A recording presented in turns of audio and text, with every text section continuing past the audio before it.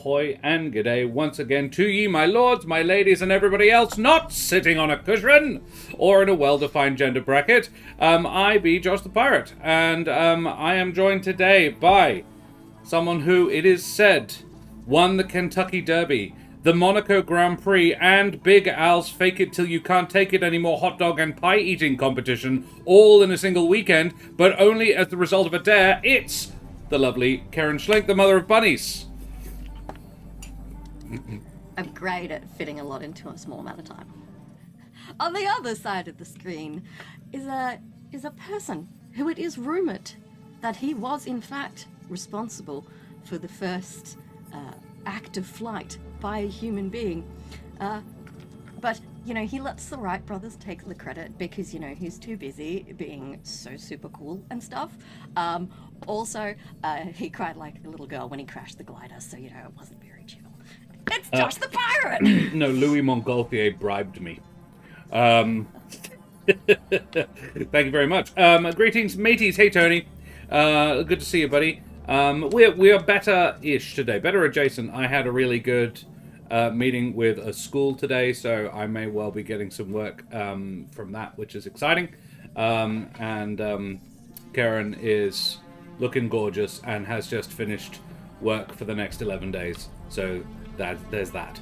In person. I have to do some remote next week, but, you know.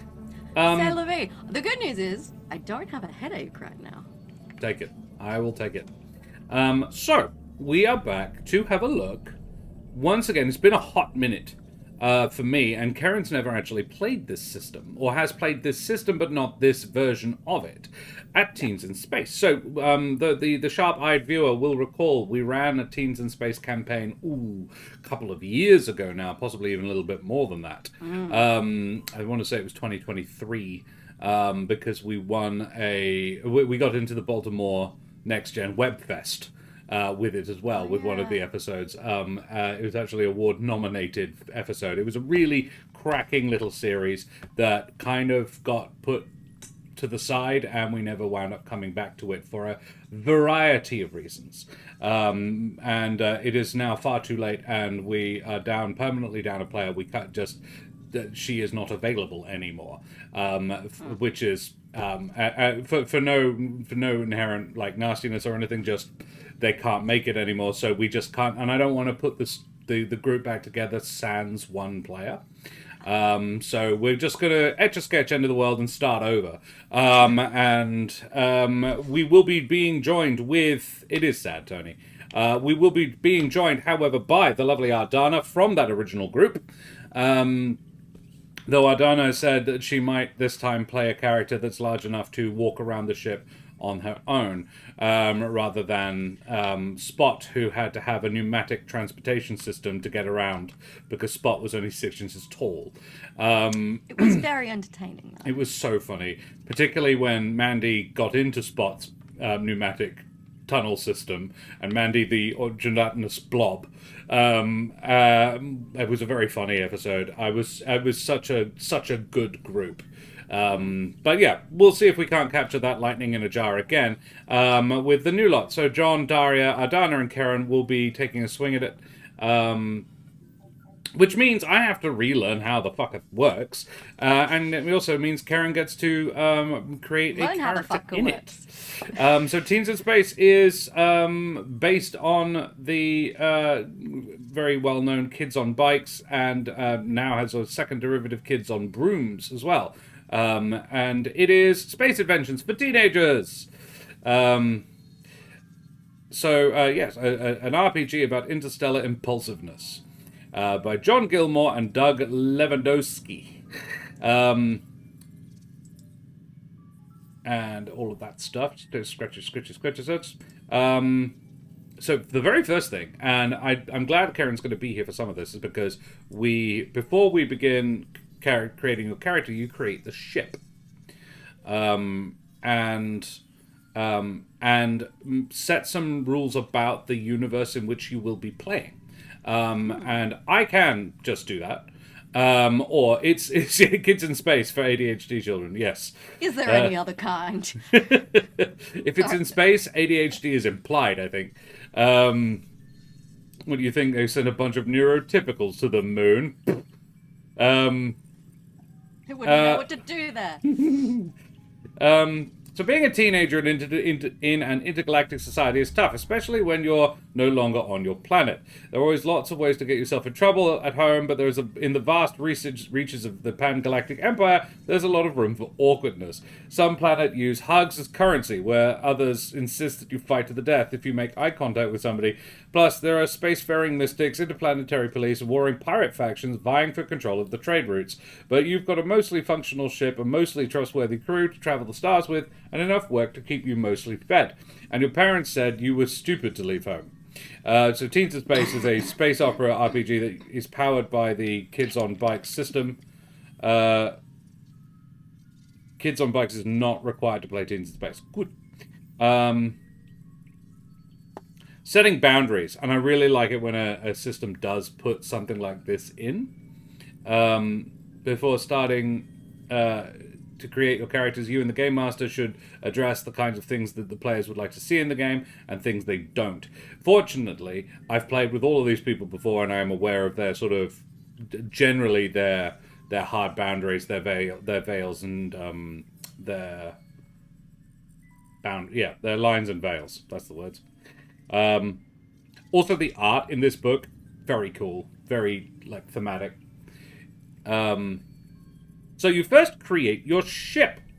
Before creating your characters, you'll create a ship. While this may seem backwards, the answer you give about these questions will help the GM and all the players to establish on the same page on how the game is going to feel. Keep track of the details you establish on this section of the ship sheet found in Appendix A. I have one somewhere. Unless there is a strong narrative reason otherwise, each ship begins with the following improvements: D4 manned turret guns, D4 shields, D4 thrusters, faster than light travel, mid-range scanners detecting all visible objects, and a heat meter of 5. Which I have no problem with in any of those things. Beyond that, I recall that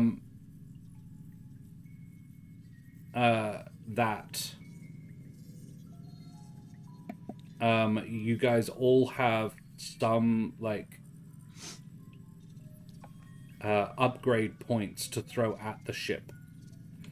Let's not jump ahead. So we're all like, I want to add a solarium and a hot tub. So I've definitely played on because I first played this game as a player out for a Jasper's Game Day. And I played Styx. And Styx was essentially Groot. But Styx it's spelled with a Y and an X at the end. So Styx, like the river Styx. Right, gotcha. So when people got it, I was like, oh, that's cool. I was like, yeah, he was a wood person, a tree man. And that was a good fun. That one was really fun. And we had a living ship. I was like, when I first read these things, I was like Moya from Farscape. I was like, can we do a living ship, please? Because the DM was very like, so does anybody have any strong feelings about this? What everybody like? And everyone was like, like, it was an early game. We didn't really know each other, so everyone was a little coy. Like, I don't want to be the first person to say something because I don't want to feel like I'm stealing the limelight. And I was like, I will. Can we have a living ship, please? And everyone was like, actually, that is cool. Yeah, let's do that. And I was like Moya from Farscape. I'm sorry, am I nerding too much? This specific ship. We did something similar, but yeah. So during the first session, or prior to your first session, you will want to give the GM some time to think about possible adventure hooks. The GM will ask the players the following questions. We suggest the GM ask each question of a single player, though players could also discuss these questions, especially if there is any disagreement. GMs, as the player answers these questions, jot down some notes, particularly any films, TV shows, or books that come to mind which might inspire you for the tone and setting. And I have a player here, and I've got a pen and a notepad that is becoming increasingly full of things. Last page that I've absolutely filled, is I was sitting down and working out what all the dragon types were for astral dragons. Because I want each, and then I sat down and worked out, because I have 6 elemental alignments, 6 elemental attunements in my sort of setting and system, and I wanted to figure out which one each dragon type was. So I got out Fitzbands and I got out the monster manual and I went through them all, and then I allocated my astral dragons to those as well, because there are 6 types of astral dragon. So water aligned dragons would be white dragons and silver dragons, and where did I put? And I think amethyst dragons as well. Yes, amethyst dragons, the gemstone ones, and the astral version of that would be a moon dragon, because the moon controls the tides. It's linked to water. Fire dragons, obviously red, brass, emerald dragons as well. Interestingly, oh no. No. Emerald dragons are fire aligned, and the astral would be Nova dragons. Which I actually have to retcon something, because that is the kind of dragon that Kekihai's young friend is. The one that that Julio fought is a Nova dragon, not a sun dragon. A sun dragon or a solar dragon is life aligned. Just like gold dragons and crystal dragons. Then there is Earth is Earth. Earth dragons are Earth-aligned ones. That is the astral dragon version. Also, green, copper, and moonstone dragons are also Earth-aligned. In fact, moonstone dragons are like Fae. Then there are air dragons, which is what Kekihai is. Kekihai is a star dragon. Blue, bronze, sapphire, I think lightning stuff. She's based on a bronze. I think that was what I built her around, though her scales are more silvery. Then there's the sun ones, and the final type, the death-aligned dragons, are void dragons. Shit. That's terrifying. It sounds so. It was like, that's a void dragon. Just like black dragons and topaz dragons, and potentially deep dragons, which are like troglodyte. Like, I don't really like them, but I would say like they're definitely, having read the rules on them, they're definitely void aligned or death aligned. So yeah, that's the last thing I wrote notes on. So, how do you envisage your crew doing in this? What do you envision your crew doing in this game? Choose a class of ship that reflects that. So we're on page 6 or 7. So, what would you envisage your crew doing? Like, avoid those dragons. Yes.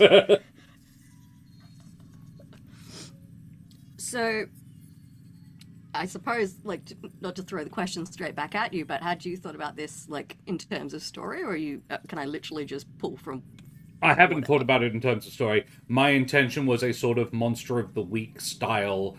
I think if you were going to do a single referent, Star Trek.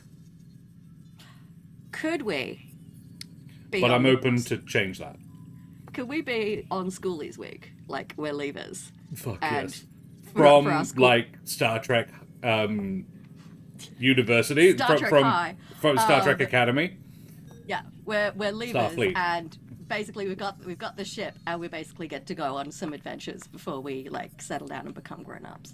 So this is the equivalent of Schoolies, but instead they go off, they piss off and have an adventure. Yeah, Schoolies in space. Space truckers transporting livestock. That's a Firefly episode. Schoolies in space. Also, an excuse for our characters to get drunk if we feel like it, Yeah, or rite of passage and all that. Hijinks. Yep. Okay. How serious or silly do you want the game to be? I think that can be answered fairly seriously, fairly easily. At least moderately silly. Yeah, at least moderately, Sherry. And add an improvement to the ship that costs 1 or 2 improvement points. Oh. To reflect that preference, consult Appendix B, Ship Improvements, on page 64, and add an improvement to the ship that costs 1 or 2 improvement points. So choose a class of ship that reflects schoolies in space. Page 62, did you say? 64. But first we need to choose a class of ship. Which is on page 8, I think. 7 or 8. 7. 7 and 8. What one would best suit schoolies in space? You've got ancient tech, envoy ships, freighters, prototypes, science vessels, scouts, stealth vessels, or a warship. My feeling is probably a freighter.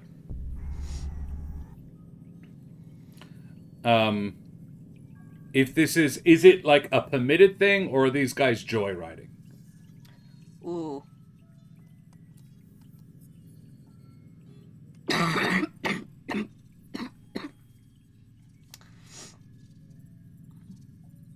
I feel like Freighter or scout, possibly. I feel like it's kind of like, you know, the one that has their license has borrowed a car and is the designated driver for the adventure. It could be envoy. Which is built for luxury. These ships are typically decked out with the finest interiors for maximum comfort and style. One of them has rich parents. Yes. And this is their extra ship that they don't use all the time. That we've been allowed to borrow. This is Dad's midlife crisis that they've been allowed to borrow. Yeah. Or his company car. It's the envoy ship because his dad is an ambassador or an administrator or somebody quite important, has an envoy ship.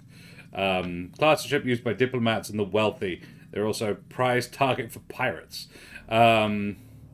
Suggested 1 or 2 improvement point improvements: cloaking device, engine upgrade, escape pods, a greenhouse, a remote control, and a rover. So we say envoy ship. I mean, if we have a greenhouse, we can grow pot.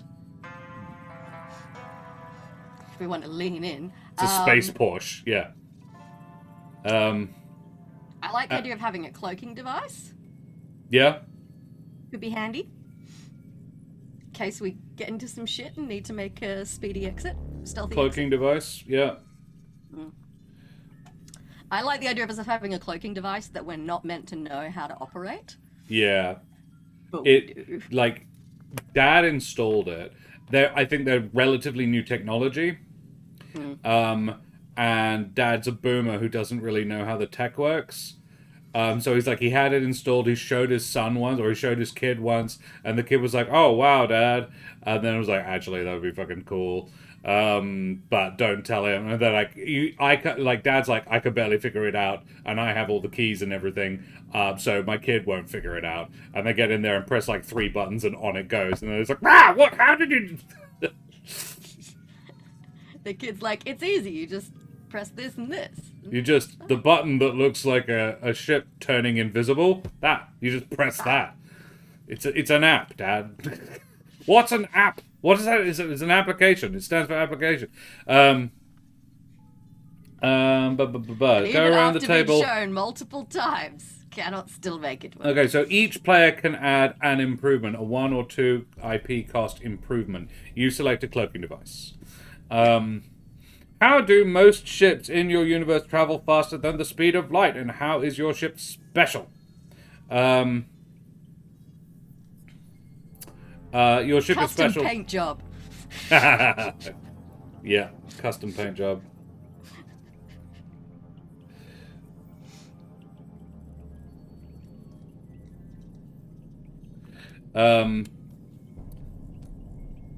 How do ships and yeah, it's red.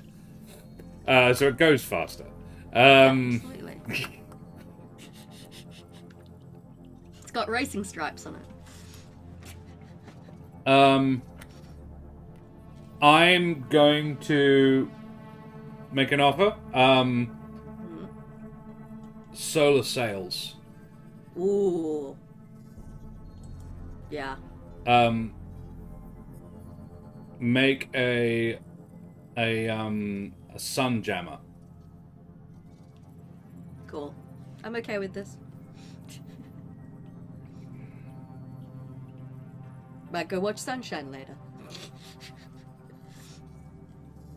Not solar sail, but yes.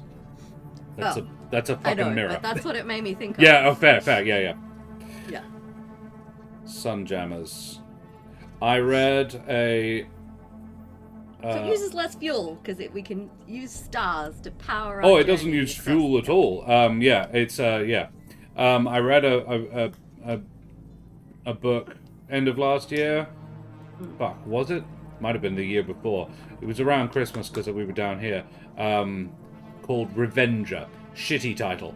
Oh yes, I remember you complaining about the title of the And time. it was conceptually brilliant, exceptionally poorly executed. Like the book itself was very mid. The title should have told you everything you needed to know about it, but conceptually brilliant. Just the universe of it, I was like, I want to play games in this universe, but I loathe the story that you have crafted in it. It's like you took a really, really cool situation and then put a very shit story in it. Like the main character, has no business succeeding in any of the things they did. The vast majority of the things they did succeed in was completely by accident. And a lot of the decisions they made were really bad and had bad outcomes. And didn't even succeed in the thing they set out to achieve. And really only got away with it, the only reason it's very much plot armor. Plot armor was just so blatantly there the entire time. I was like, oh god. But the universe is really fucking cool. The world broke up, and then there's little bubbles around each little bit of asteroid where everybody lives. But it's really, really far in the future. But every now and again, technology just breaks. Just we have a big war, and everyone forgets how to do stuff. It's called the 14th Age, because that's how many times we've forgotten how to do stuff. To the point where, like, we used to have people, a good portion of society spend a lot of time going to ruins and figuring out how the ancients did things. And I was like, it's a really cool idea. There are aliens, but they're not really, the aliens run the banks, and everyone kind of hates them, but they are the only people who can maintain a centralized currency, so we do kind of need them. And we are aware that they are low-key ripping us off every time, but we still need them. I'm like... Sounds like normal banks then. Such an interesting setting. But yeah, all the ships were solar sailors, and they were called sun jammers. And I'm like, a wind jammer, it was a particular kind of ship, very, very fast. Sort of 3 or 4 masted, and could do the crossing from England to America in under a week. Sort of very nippy ships, and that's what Spelljammer is based on. The D&D setting shares the name, but Sunjammers, yeah, hell yeah. So I'm thinking kind of solar punk, for the setting as Solar well. punk. Can work with that. Which is kind of neat, like eco-punk / solar punk. And they're on... I think we're drifting further and further away from United Federation of Planets. They're on schoolies. And they're getting up to some mischievous hijinks. Possibly the traditional schoolies was banned on their planet. Nah, you're not allowed to celebrate. So they had to anymore. go elsewhere. There were incidents. Yes, too many incidents. How much of space is explored in your universe, and how much of the known universe has your ship seen with or without the current crew? Well, I can definitely answer part of that. The ship has seen quite a bit of it. Hey, Quad. Woot! How you going, my dear? We are world building for Teens in Space next week. So the ship itself has done a lot of miles. How many has how big is how much of the universe do we know about? I think we have a decent area that's known and controlled, and then you have kind of like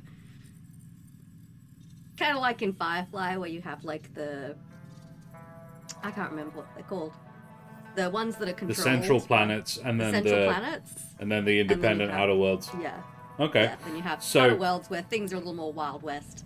okay, all right. Um, Are these kids from one of the central worlds, or are they one of the oh yeah, Wild Westy planets? yeah, we're from the central worlds. We come from safe, nice town, Okay. and we want to go get wild. Um, cool. So there's the sort of yeah, safe home worlds Yeah, we have lived comfortable, safe existence, and we want to go have fun. versus the To lawless. use a to use a local thing, it's kind of like the lower level private school kids leaving Perth for the first time and going to like fucking Bunbury or something. Yeah, the core and the outer Whoa. rim sort of situation. Yeah, I I almost. love that. I'm Just almost implied Bunbury thinking. is the outer rim. I'm almost thinking this is a single system, Yeah. and I'm actually not sure that you do have faster than light travel. Ooh. Um, and there are numerous species living here. It's a bit of a like traveling from system to system takes quite a while. So each system is because there's an interesting thing that like the more time it takes to get from one place to another, the more development you do on each system. Because if you can just 3 hours and you're in the neighboring solar system, it's not that big a deal to go there to shop. But if it takes 3 years, you build a fucking shop in the original solar system, right? And I like the idea. It is inner worlds and outer worlds, and it's. I think Firefly is a really good way of describing it because what they said was like dozens of worlds and hundreds of moons in one system. So yeah, I think that's what we're looking at. We've got like not necessarily all of them are Garden Eden Earth worlds, but like dome cities, inhabited rock, mining colonies where they're basically just drilling out a giant asteroid, Yeah. that sort of thing. Loads of pockets of civilization without having to go very far. And so FTL travel is possible, but that's not what you're doing.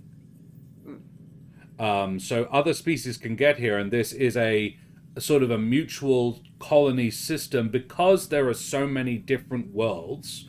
It allows for so many different types of being to make a decent colony. Like people that would suit high gravity worlds, people that suit low gravity, rocky, ocean worlds, that sort of thing. There's something for everybody here, and everybody kind of just gets along most of the time. But it is something of an a diplomatic juggling act.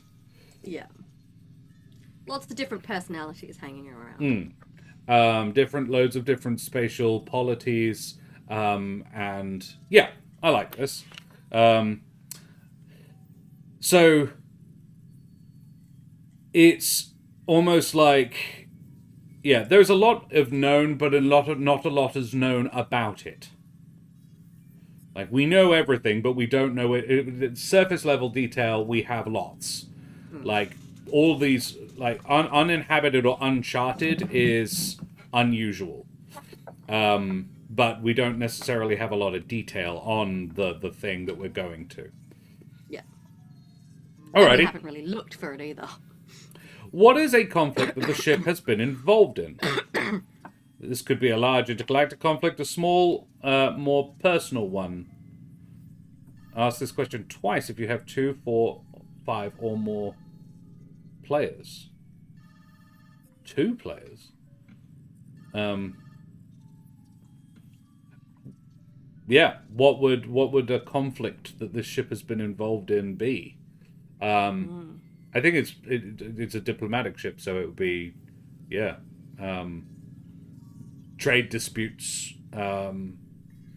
Maybe it was used as emergency transport to get a diplomat to a particular meeting.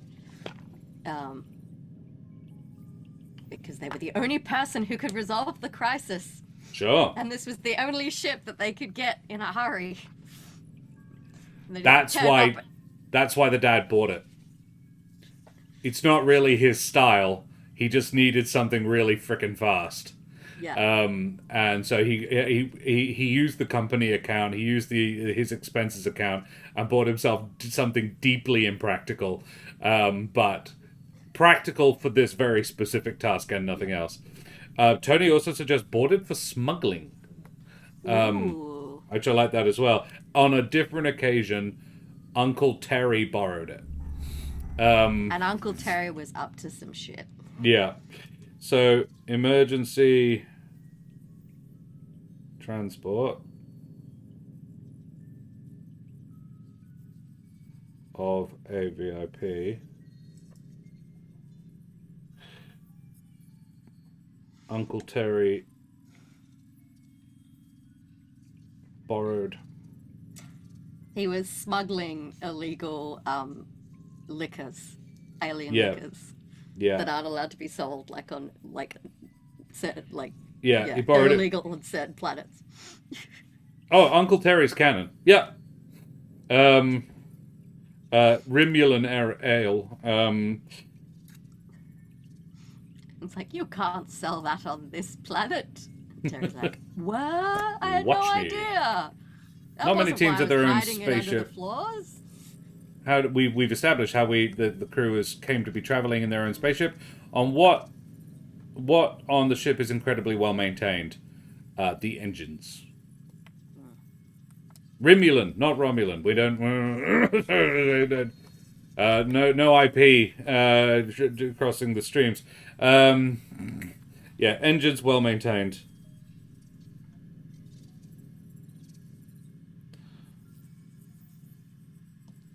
Thing purrs like a space kitten. I like the idea of you start Intergalactic and giant it does space a proper hamster. sports Yes. car. Yeah. Like mine before I replaced the fuel cap. What on the ship is held together with space tape and a prayer?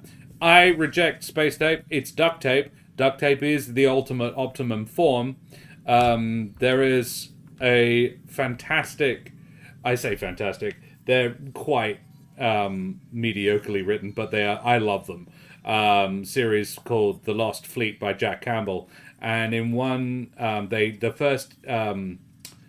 first contact with an alien race is had, and the aliens do the humans a solid, and the humans reciprocate, and they meet for a bit of a trade, and the humans say, "Thank you so much. What can we offer you? What help can we offer?"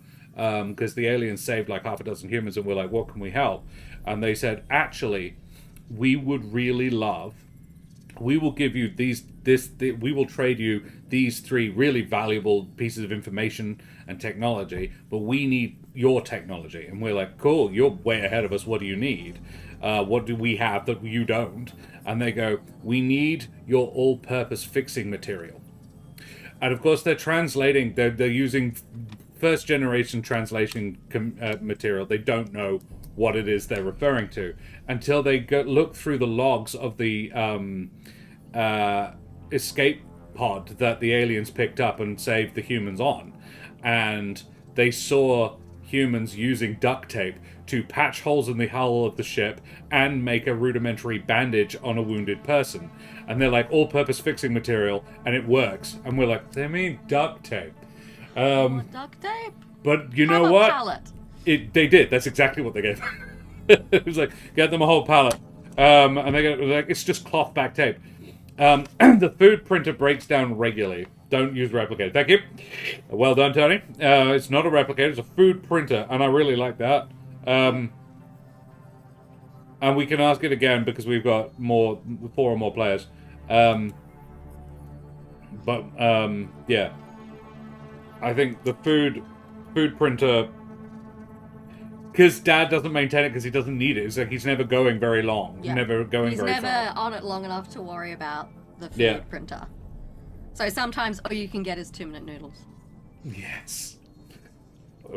Tea, Earl Grey, very, very fucking cold. It doesn't do warm. It just, for some reason, it always comes out cold. Food printer is dodgy as.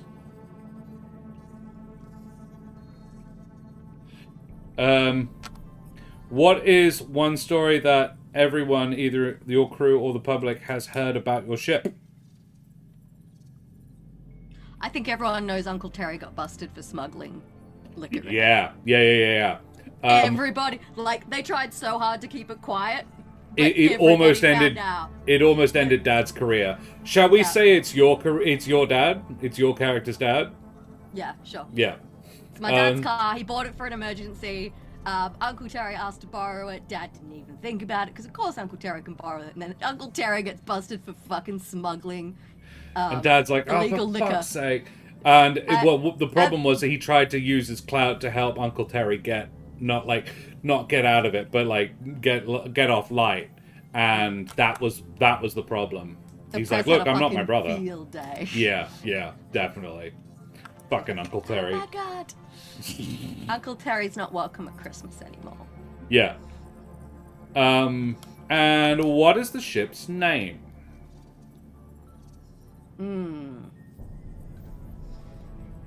Uncle Terry got busted.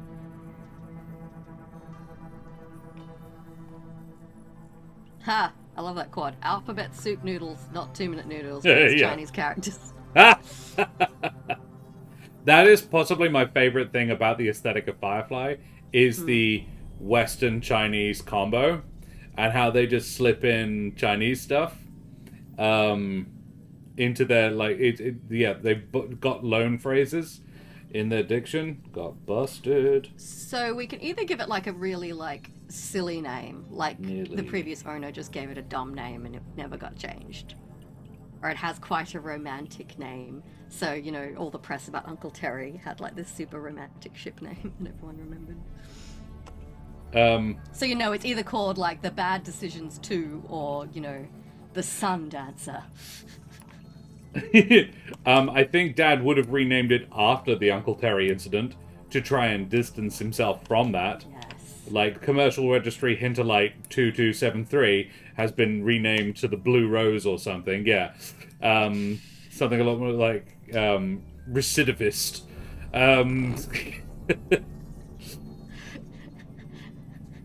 2 to 15 years.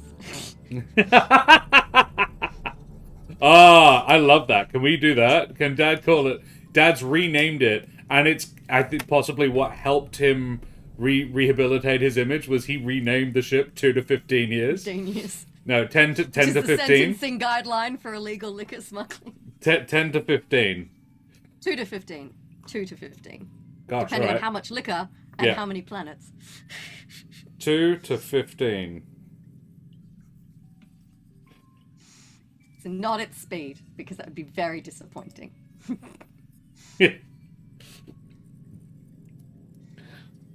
No. Welcome to the board, the 2 to 15. Uncle Terry was not amused. Yes. Well, he doesn't get to say it. Is Uncle Terry in prison? Yeah, Uncle Terry's still in prison. Fucking good. All right. So like the liquor can make you hallucinate or some shit. Like, yeah, it's dangerous if it's drunk by the wrong species. To create a character, you know, also gets you really fucking high. So, you know, trade-offs. Yeah. Oh, it's great. Maybe we find one solitary bottle tucked away in a corner that the cops miss. Oh, absolutely. Yeah. Like, Dad isn't angry with Terry for doing what he did. He's angry for him for getting caught. Kind of like, couldn't you at least be caught doing a better crime? Come on, man. You're smuggling booze. So, to create a character, you need to select your species and trope. Answer questions about your character, both ones that all the characters answer and ones that are specific to your trope and species. Then answer questions about the other people in the crew and assign improvement points to your character and to your crew's ship. Other way it works. Selecting a species. Think of the array of Teens of Space species as an ice cream buffet that the largest ice cream buffet you've ever seen. Even once you choose a flavor, you can still mix in anything you want. You can even combine two flavors. In space, genetics are pretty flexible. So if the species are an ice cream buffet, humans are vanilla. The average of almost everything. Averagely warlike, averagely smart, averagely, well, you get it. As much as all descriptions of species are done in reference, as such, all descriptions of species are done in reference to humans. Since you're probably a human reading this, it's probably pretty helpful to you, and unless something is clearly different about the species, assume that they're like humans. They breathe air, they need food, they need sleep, and so forth. If you have any questions about the species that isn't clear from the description, talk it over with the GM and make some conclusions about it. Those familiar with supplements like this may be expecting an in-depth discussion of each species, complete with the minutiae about that species' culture, biology, plants, and so forth. In the appendix, we're taking a very different approach. In the spirit of Teens in Space, we're giving you an outline of the species that you can flesh out as appropriate to your game. Do you want the Prolians to have initiated contact with most of the known species in the universe? Great. What about what the Solemnians and the Throgafel have in deep-seated distrust of each other? Cool. That sort of stuff. As with everything in the game, please make your character and your overall experience completely your own. Even the outline that we've included doesn't need to be followed if you like to change something. Maybe the cataclysm that created the Frigorians just happened. Maybe Neozo aren't illegal, but highly prized for their cuteness. Maybe Quillians and Hebatians don't share the same planet. That sort of thing. Styx was a Hebatian. And Quillian... Spot, Adana's character, was Quillian, though they weren't in the same game. But they are... The Hebatians took the Quillians in, I want to say, when their planet was destroyed. And then we have selecting a trope. Well, let's have a look at page 72. I jumped ahead to look at the species. There's a lot. Which are interesting. Esperians caught my eye. Psionics advocating for intergalactic peace, since it's an emergency diplomatic vehicle. Yeah. And Uncle Terry believes in intergalactic peace through being wasted. Let me... When am I tired? Species. Here we go. So, Abyssinians, water-breathing humanoids who explore space in exoskeletons.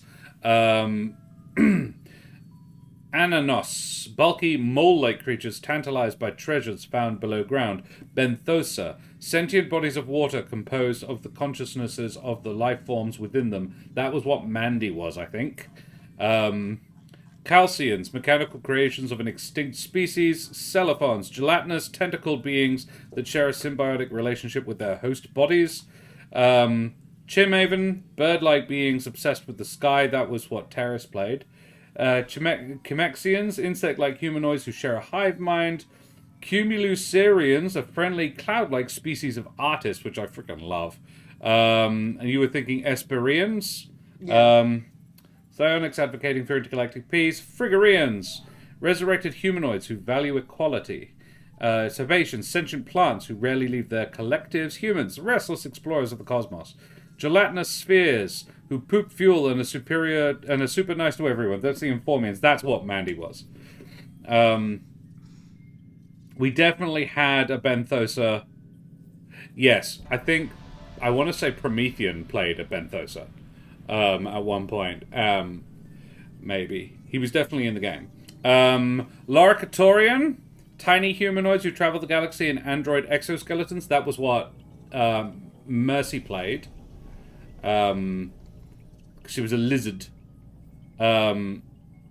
Mystarians, nomadic all-female species who wield the bind.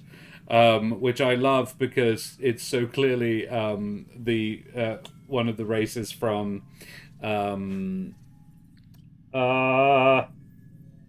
Mass Effect. Oh, yeah. All female psionics, yeah. Neozo, animals given human qualities and generally bad attitudes. Rocket Raccoon. Though, since Guardians 3, I have very much mixed feelings about Rocket Raccoon. Just because it was so deeply sad. Still haven't watched it. And I made Karen not watch it because of the bunny in it, which is just, it's heartbreaking.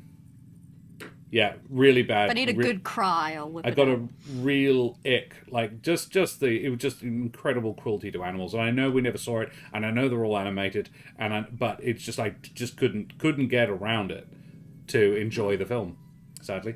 Pantheros, once worshipped as gods, are now thought for their ability to create energy.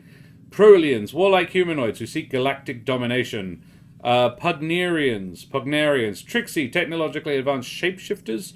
Quillarians, tiny bioorganic engineers, healers, and fuzzy hug monsters. Think a hedgehog who, when it hugs you, you feel better. Aww. Raskogs, sleeping hominids frozen in time. Reptilinae, small reptilian creatures with 360 vision and a flair for blending in. Solemnians, serious, emotionally cold humanoids. Skitchlings, mouthless, gangly beings often hired for covert missions or their skills at dance. Which is fun. Squillions, bipedal shrimp. Originally bred for consumption. Oh my god. Thoranians, intelligent bears who live in a peaceful, rule-driven collectives. Throgofel, diminutive, often cyborg tinkerers obsessed with technology. And Viscosians, symbiotic gels looking for a willing host. What's fun about this is they've given it a name and a general description. But beyond that, we don't know what any of them look like. Well, if you scroll down, you get more information. Okay. All right. Yeah.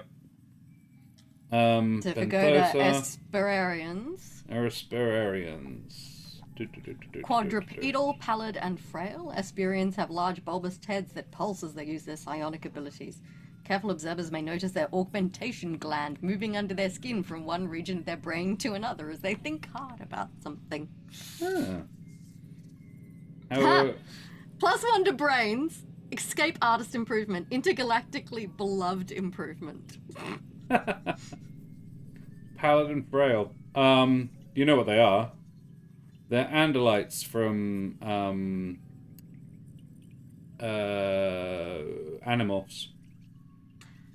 Yeah, not an Animorphs person, sorry. That's what they are.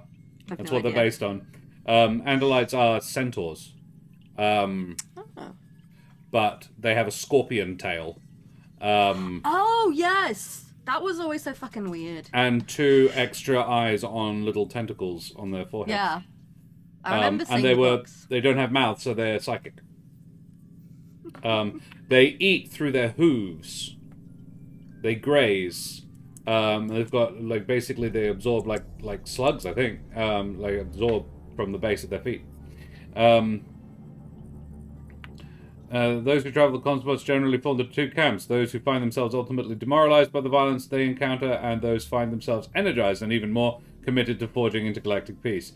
When Skitchlings arrived to colonize the planet, the Asperians revealed themselves, brokering a deal with that species to get them to leave peacefully. Since then, Asperians have peacefully coexisted with the rest of the galaxy, becoming welcoming visitors and strongly favoring intergalactic treaties over war. They have managed to avoid any kind of direct physical conflict, a strong source of pride for their species. Okay, yeah. Word. Yes, very weird.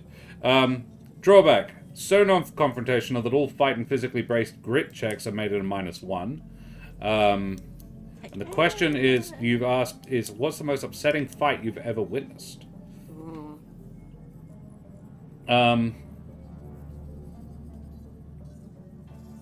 Yeah.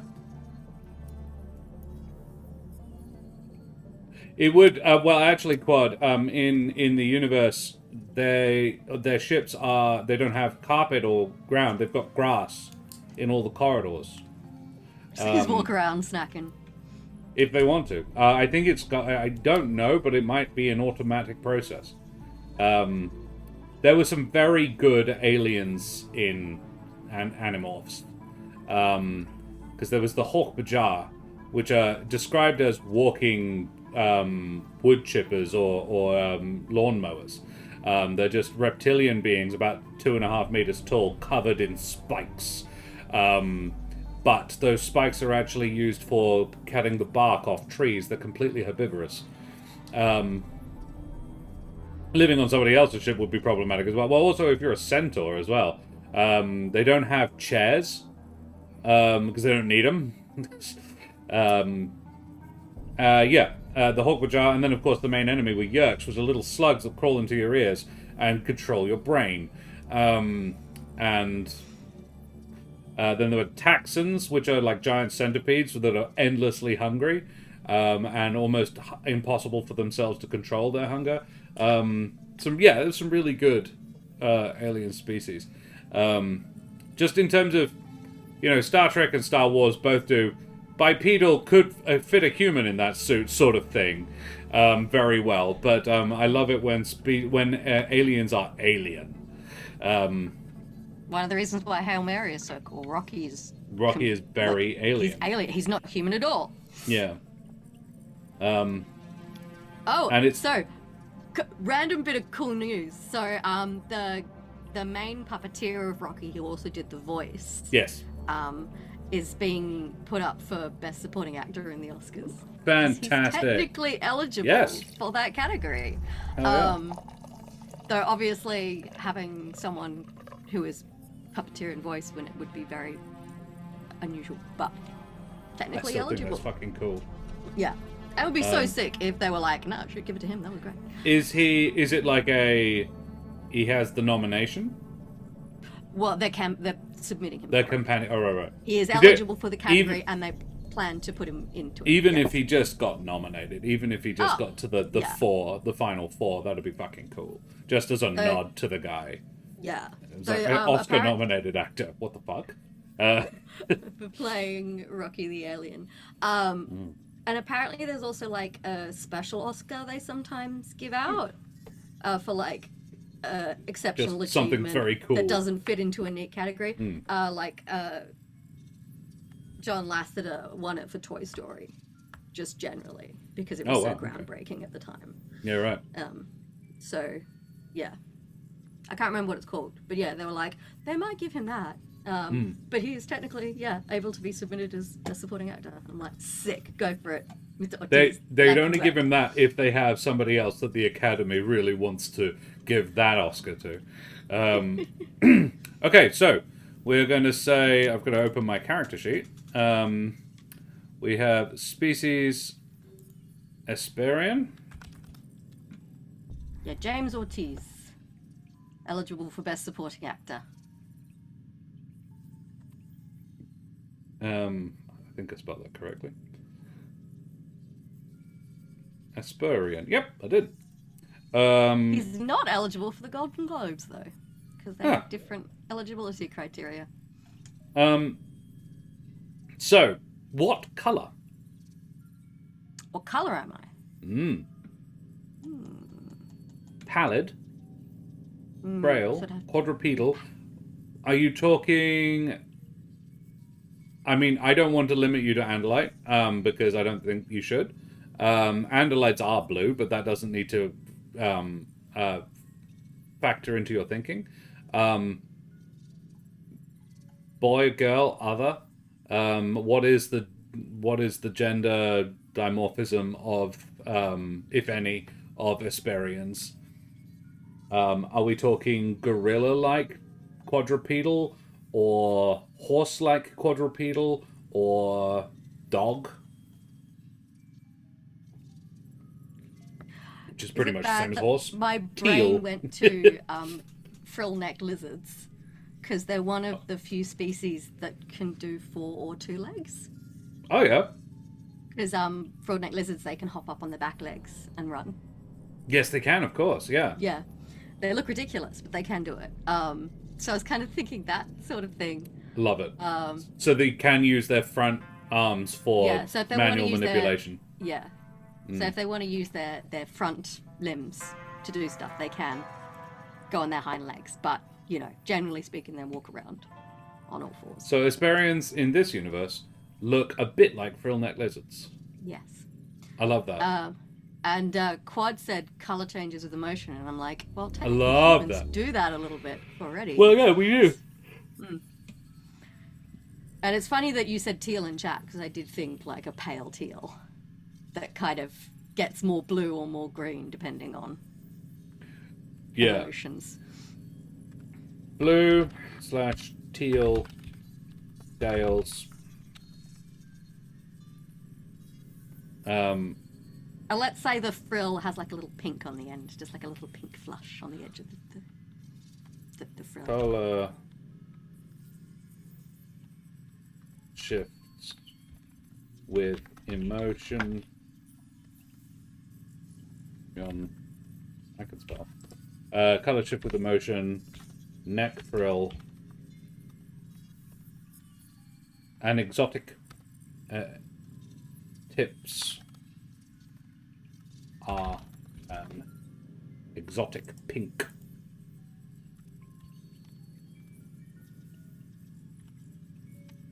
Pink, which is an unusual color.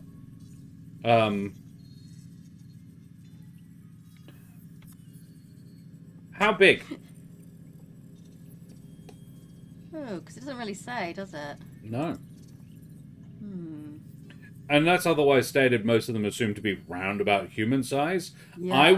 I think I've read somewhere that there's a solid argument. I mean, exobiology and xenobiology is all hypothetical. So it's not a particularly huge field. Again, Ryland Grace is a good example of that. It's like, yeah, but we don't know. We've only got Earth to work off.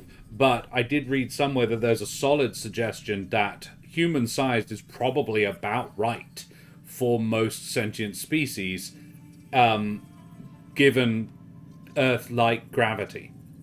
Gravity would be the main thing that would possibly differentiate, but for intergalactic travel, you've got to have a decent-sized body mass to have a brain capable of higher-level thinking.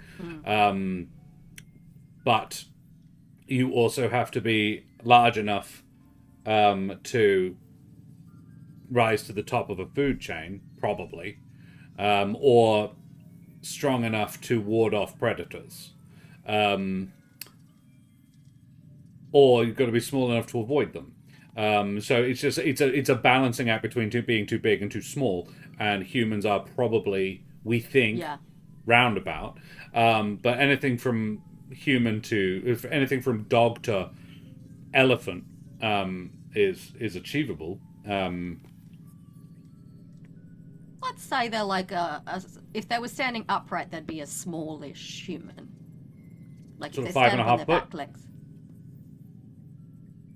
Yeah, let's say they're about 4 to 5 feet when they're standing upright.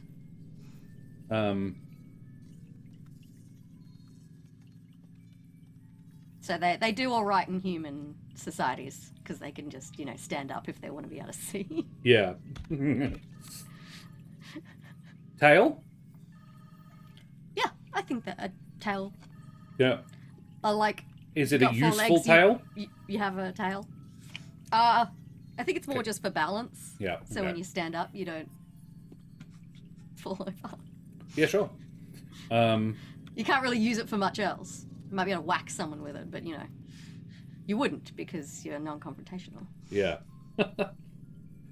Like a frill neck lizard. Okay. There's this great video I came across of this guy who tried to.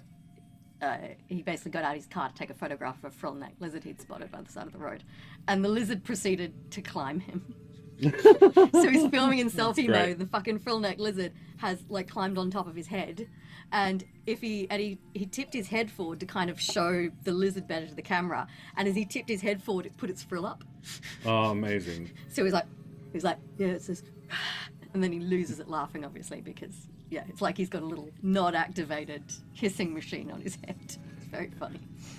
-1 to all combat checks is the species drawback. Fatal flaw is something we'll get to in a little minute. You do get a +1 to brains. The frill is not for being aggressive. It's for like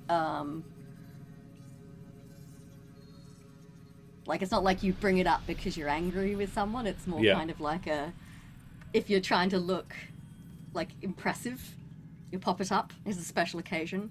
You know, you get an award, you'll put your frill up as you come out. It's like, thank you for the award. Ha.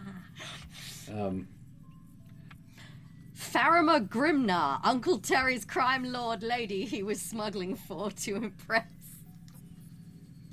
Yes. So you've got escape artist and generally beloved are your or intergalactically beloved, but I didn't want to take up too much room. Improvements and a +1 to brains. So in brains we get a +1.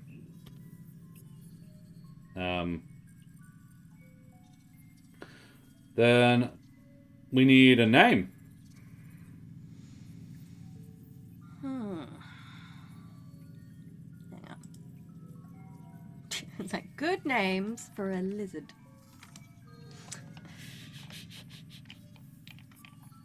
I'll just jot down Faramir Grimnar. Which is a good name.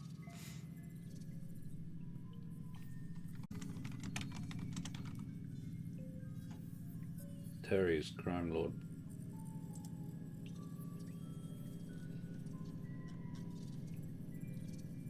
Lady. Boss.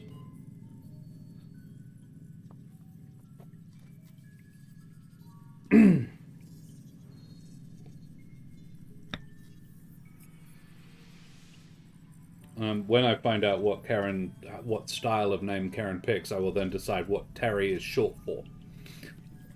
Something of the plains. Ooh. I think if we're talking about a species that's not unlike a frill-neck lizard, then we can make some assumptions about their planet and the kind of places they like to live, sort of more desert, more arid, more warmer places. She probably thrives in places that are a little bit hotter than her companions. Yeah, also we're frail, so we don't have much body fat going on. No, yeah. And thin-skinned, literally. It's like, is the heating on? It's freezing in here.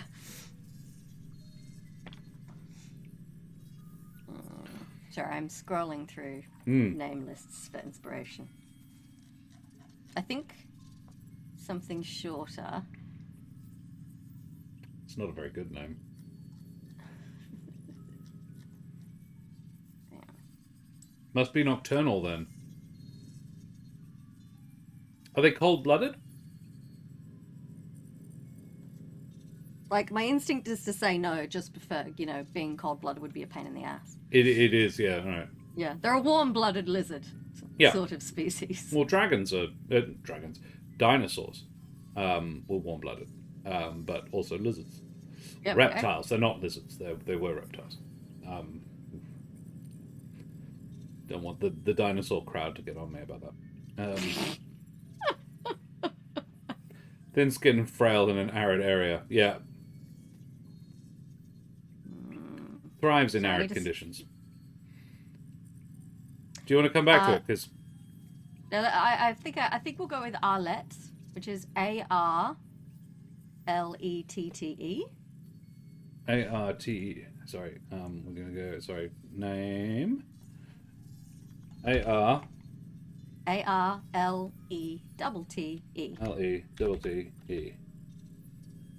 Arlette of the Plains. Hang on, I've got an idea. Give me a second. I'm just gonna jump back to that. There are some suggested surnames. Yeah, let's go with Arlette Hushler of the Plains. So they have quite a long overall name. But, if they were buddies, they'd call her, like, Arl. Yeah. Arlette Hushler. Arlette Hushler of the Plains. Of the planes would be like a clan name. Yeah. Um, like they specify where on the planet they're from. Yeah. So she's from the plains, but it might be of the forest, of the valley, of Yeah, the mountain. yeah, of the coast. Yeah, Hushler is cool. Because I read that list as well. I was like, if I had to place a bet, I would go Hushler. I On nearly went with Rizalia, but yeah. Hushler just, Um, I don't know, it felt better with Arlet Hushler.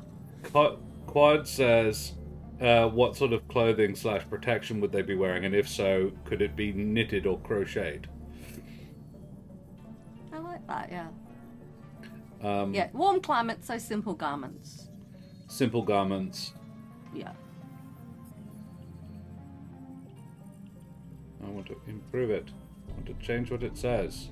Here's a thought, actually. They don't wear elaborate clothing, but the pattern that's woven into it is what might be elaborate. So the design of the clothing is very simple, but you know, if you know you're rich or important, it'll have more elaborate designs Knitted. in the fabric. So you know, Cool. if someone manages to get their hands on, you know, like some proper Indian sari print fabric, they're the coolest fucking Esperin on the planet because it's got all the little mirrors and stuff on it. People are like, ooh. Did they prize that? Yeah, getting hold of like rare, cool fabrics to make your little garment out of is like, it's a thing. Okay, I love that. Yeah. Make note of that for yourself. I don't have room to do that. Records. Species.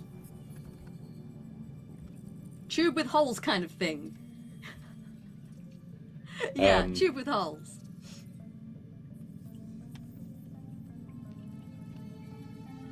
It's like, what would a frill neck lizard wear? if a Species frill-neck really lizard- values fancy fabrics for clothing. Alright. So, then we talk about suggested tropes.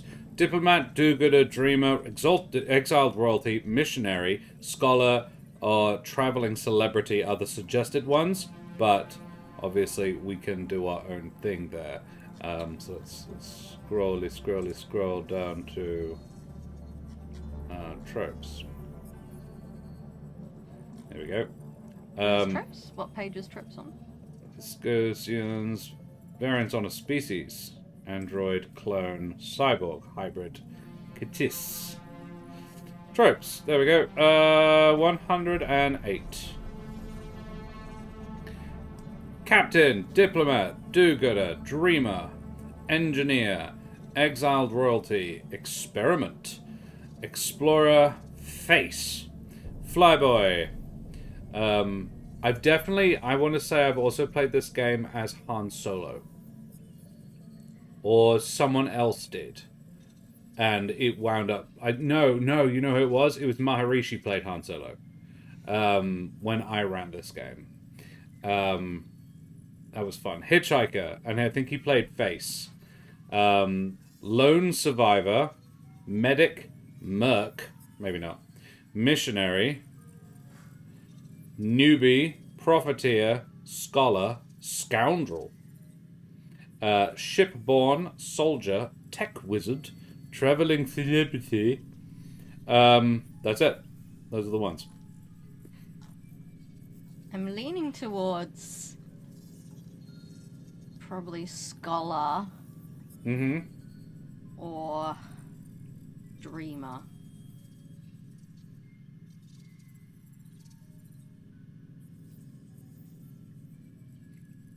Dreamer. D20 in flight. That would make sense as well, that you're the pilot. It's your ship. Or it's Dad's ship. D12 in charm. D10 in brains, so you get a +1 to. D8 in grit. No fight, and little brawn. Yeah, that tracks. Yeah.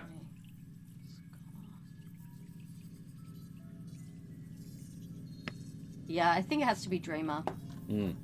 Because also this species makes like arts, like dream.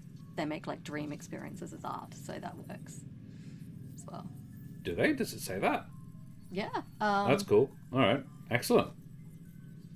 Let me find it. I believe you. I didn't read that.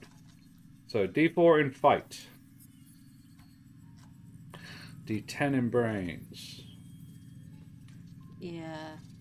D12 Within in their charm. own species, a strong source of identity is the art that Asperians create interactive, personalized experiences that allow one Asperian to convey their lived experiences to another through things similar to what humans call dreams. Far more complex and open-ended. Few, if anyone, outside of their species are able to experience their art at all, and those who have tried have been left unsettled by the strength of the emotional experience. Some Asperians who spend more time with other species have toyed with creating art for those they travel with, but with limited success, at least so far. D8 in grit, D6 in brawn. 8. D6 in brawn. But yeah, I've flown this bird before. Yeah. I like to think I might have learnt how to fly in this. Oh, yeah. If Before it it says... got renamed while it was tainted from Uncle Terry's smuggling. Like, yeah, you can learn to drive the bad decision. And then they're like, you know what? We should probably just rename this. The family called it Uncle Terry's Bad Decisions. But that's an unofficial name. Quadrupop says, if it's their species ship, what is the acceleration couch situation, food situation, ablutions? I have an answer for you there, Quad. It's an embassy ship. It's a diplomatic vessel. It's designed to accommodate everybody. Has to be. You can't host a gelatinous cube if you can't accommodate them. It's very adaptable. So very complicated and adaptable, I think. Everything is modular. Everything is... I think there might be an element of nanotech to the seat sort of adjust itself to the person who's going to sit in it. Limited... maybe not nanotech, because nanotech is crazy. Dad is a diplomat at large. Diplomat at large. That's a term from a BattleTech novel, but I really like it. Sounds dangerous. The diplomats at large. one of the Steiner Deviants. No, he was just a Steiner. Like when the worlds are too small to have a full diplomatic envoy on board, like because there are so many of them. So his job is he's got a circuit of about 24 worlds that he visits on the regular to be the diplomat, the face of the Lyran Commonwealth when he's there, because they're not important enough to need one. So he's a diplomat at large. He goes where the diplomacy is needed. Yeah, exactly. I think He's got more. ads like, do you need a diplomat?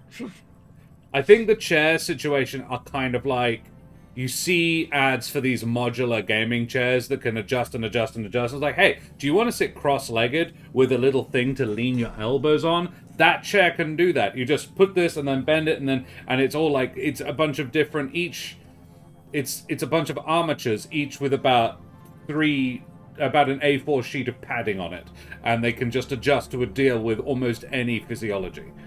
I'm gonna say that basically she can adjust it so she can use all 4 hands or feet to drive. So she's digitigrade on all 4. She's not digitigrade. All 4 limbs do have. Yeah, she can set it up so she can use all 4 limbs to drive the ship. That's heckin' cool. I love that. You've crossed a frill-neck lizard with a monkey, with a chimp. Fantastic. I kind of wish I still had that We need to dinosaur get- costume I made you with the frill. I need to get Meg's Mashables to do that. Send it a request. Monkey in a frill neck. It's like my wife is playing this character. She wears a knitted tube with holes in it. Her skin is teal, green, blue. Her frill neck lizard frill goes to pink at the edges, but her feet are those of a chimp. And you can see her psychic gland wandering around inside of her brain when she's thinking really hard. Quite horrifying, really. It's a little bit terrifying, yeah. These things are good eaters. The hoof is actually made of petals. Oh no! So these aren't. This isn't. This isn't an analyte. We're not using hooves. This would definitely be more the sort of fingery More like situation. lizard feet, but more hand-like. Slightly more hand-like lizard foot, which Yeah. is a haunting image, really. So there's that. We have Dreamer. So the questions are, and this is for your own records. I'll make notes for you on this. So we have Trope Dreamer. How old is she? Which comes in with a two-parter.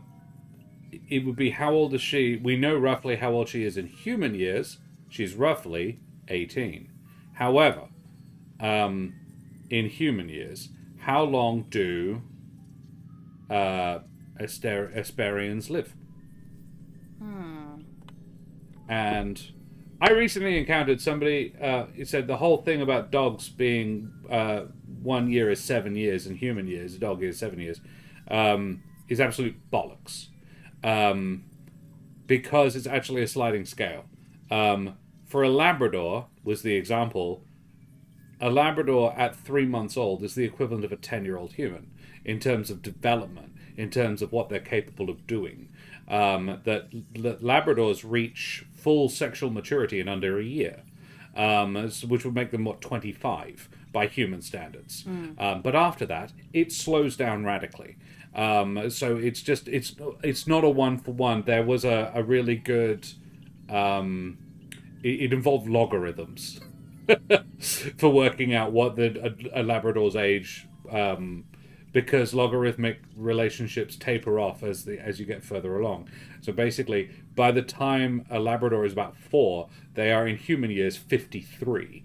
However, that tapers off. So they aging after that gets really slow. And I'm like, that's kind of cute and also a little sad, because they get to coming up on like in 4 years you'll be getting a bit tired. Hi dear, hello, and ours is already past that. Is that ours that's asking for attention right now? Ours has come back in. Slut. Rishi! For attention. Cute, sad story of my life. Oh, yeah, it's hopped up. You're gonna curl up. So, yeah, how old is she? I'm gonna say that they live a bit longer than humans, like not massively. They make it to like 120. Okay. As a fairly good average, sort of humans being 80, so they live about half again as long. Do they age at a similar rate? Or is it quite a rapid birth to physical maturity is done in a decade or what? I think it's kind of stretched out. So say 18. Because there is a huge thing. The vast majority of species on this planet, the thing with human child rearing is we invest so much resources in our children, because it takes 5-10 years to get them to be even moderately useful. Which is significantly longer than any other creature in the animal kingdom. A whale takes 3 or 4 years to get to able to look after itself. I think snow leopards, it's about 5-6, which is one of the longest parenting periods. Like a female will give birth probably only to a single cub because of the lack of resources in her environment, and then spend the next half decade raising this animal. And it will be full size within 2 years, but it stays with her for another 3 to learn how to live in this extremely challenging environment. So I'm not saying don't. I'm just saying it's interesting. I'm just pointing out what it says about a species that is prepared to invest multiple decades into raising its young from birth to maturity.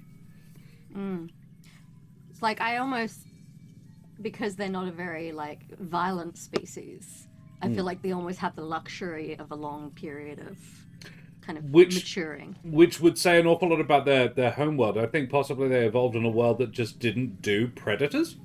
Not really, no. Like the predators, what predators their planet has, they kind of evolved over, rather than like it just like yeah we got.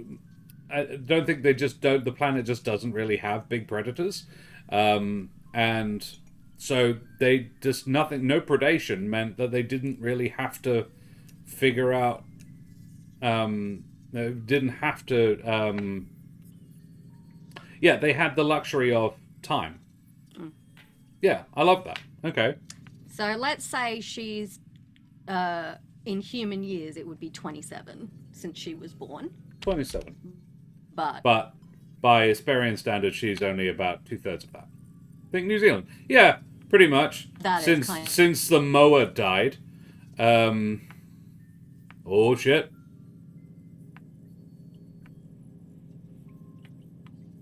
Lost to Keren. Frankly, though, this could absolutely be her internet, not mine. Hilarious. Wow, Am I back? Yeah, you are. You're back. I was like, this could absolutely just be Karen's internet, not mine. We will see. This is a really good. The internet's so good here. This is a really good test. In fact, this is running significantly better than it ran on Tuesday, and that's with Zoom up, and Sirenscape going. And Sirenscape hogs bandwidth like nothing else. Very useful service. Really like them. We'll be plugging them in the YouTube. But they do it does tend to hog the bandwidth. I've had Zoom drop, I've had Stream drop, and Sirenscape is still playing. Sirenscape's just like, I stopped for nothing. Nothing. Forever. That or possibly it downloads into my computer's short-term memory buffer and actually plays off the local storage rather than what you've got online. I don't know. Not a doctor or a computer scientist. But yeah, I think New Zealand, but more arid and dry and without the mower. So yeah, let's say she's 27. In human years, she'd be 27. But it's the equivalent of basically reaching the end of your period. 17? Yeah. 17, 18? Yeah. Yeah, so late teens. It's about half again as long, kind of your period of real juvenility. Yeah. Species basically evolved. She's about to cross the step from being considered a child to being considered an adult. Oh, bollocks off. Delete. Delete it? Yes. Hey, okay. I made a spelling mistake and then couldn't go back and evolved on a planet without any real predators. So Matt sent me a little bit of blurb that he wanted me to punch up today quickly, and I looked at it and I was like, see, I know I didn't write this originally because there's a really obvious grammatical error in this, and I wouldn't do that. Live to about 120. Gaseous cooked something. You also get a ban, sir. You get a ban. Everybody's banned. Don't ban everybody. Everyone with names like that. Yeah. Cheap viewers. No, we've been over this. We want expensive, high-quality viewers. If it's cheap, it's probably shit. Okay. This is why you don't buy electronics from Shein. Yeah. Dreamer. So, here's the question. Because you have 3 questions. This game loves questions. As for character building, I love it too. I stole my Corsair's Cove's Better Getting to Know You table from Teens in Space and then modded the shit out of it. And we will be doing it. And I think because it's true to the system, we will stick with the Teens in Space original system. We won't use my version. We'll use the Teens of Space one because it's from this game. So, what's one time when you were able to get someone to understand your dream?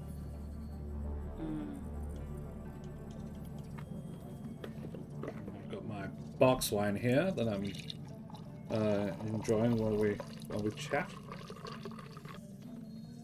It is a Winesmith's Premium Collection Merlot. It is 2 liters. You are sitting there drinking goon. No, it is. It's vegan. It's sustainably produced. It's sustainable vegan goon. 6 weeks of freshness, Karen. Ooh. It was vintage 2023, and you can tell this because they printed it on the label there.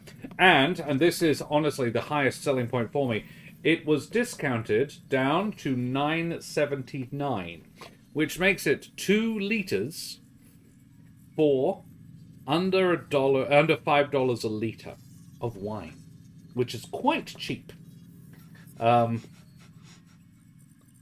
Australian grown and produced, but it does not specify what vineyard. It says South Australia, which could mean about about a third of all the vineyards. Gluten-free, please recycle, sustainable wine growing Australia certified. Ooh, tantalizing red currant of black and raspberry aromas bring life to red berry and plum flavors. With a hint of dark chocolate, you just described any red wine. This Merlot is soft and silky, a versatile wine that complements salt and pepper grilled lamb cutlets beautifully. The thing is, how many lamb cutlets are you serving that you need 2 liters? Well, the thing is, Josh, the lamb cutlets are on the barbecue and the bag of wine is attached to the hillsides. Yes. Because you're playing Goon of Fortune. It has been a while. I had a mate, Alex Littlewood, once used a goon bag as a pillow. Seems like the sort of thing he'd do. After playing Goon of Fortune or Hill's Hoist of Fortune, yeah. Oh my god, I went to like a bogan, like Australian themed burlesque show, and the hostess had made herself a bra out of 2 goon bags. Amazing. So she could lean over and put some wine in your glass from one of her goon boobs. For the un-Australian, the goon is inside the box. There is a plastic bag with foil lining on it. We call those a goon bag because in Australia, box wine is not necessarily good wine, and goon is what we call shit wine. It doesn't have to be in a box because a lot of goon isn't, but. Yeah, this is. It's actually. I was astounded. I had 4 glasses of it the night Mum and Dad left. After Mum and Dad went to bed, and I woke up the following morning with no hangover at all. And I was like, I think it's fair to say that the quality of your average box wine in Australia has improved over the last decade or so. Because, like, when I was at uni, goon was always shit. You couldn't get a good goon. This is like if very it was drinkable. Wine in a box, it was trash. Yeah. And I have encountered some shitty box wines relatively recently, but this one, very fucking drinkable, actually. I was like, it's discounted. Yeah. It's absolutely cooking wine. But again, you have to cook a fuck ton of it to justify, because it's 2 liters. Well, it keeps for 6 weeks, Josh. This is why it's perfect for cooking. But it is also, it's 2 liters premium Merlot. Is on the label. It says premium Merlot. So it's actually, it is a premium collection. It does also say premium collection on the box. So it is actually, like, it's a higher end one. And this discount would be like 50% off. So it would be a $20 box. 20 for 2 liters is still a very reasonable. Not the £4.95.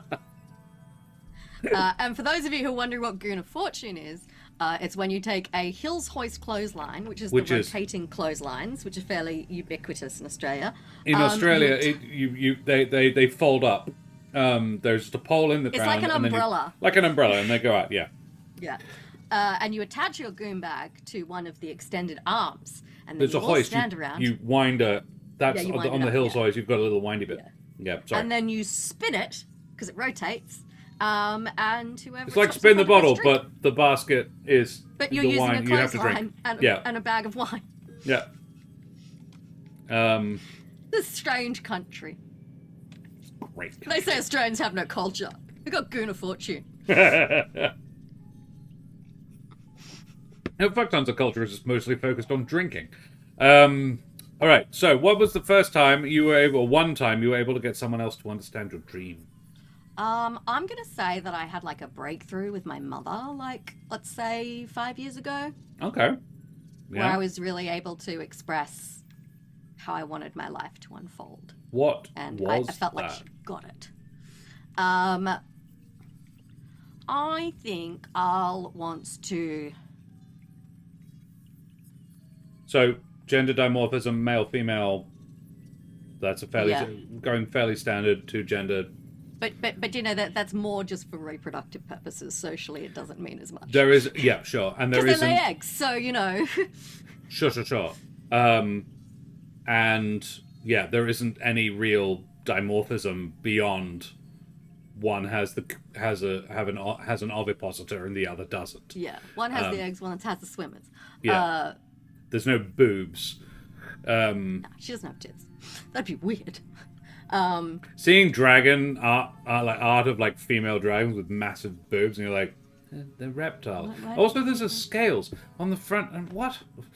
And I I get have like it. They're massive hot. eyelashes. I'm like, guys, lizards No hair. have eyelashes. Well. Have an extra eyelid. Well, yeah. I mean, there's that. But again, dinosaurs, feathers, and how feathers evolved started out as really long hairs and filaments. So very simple feathers. So like hair and fur would have come from that. It was just a different evolutionary path from hair to feathers. Exactly. Quad feathers. Yeah. Had a breakthrough with mum. Yeah. Because I think what Al wants to do is she wants to almost be like almost a researcher into other cultures.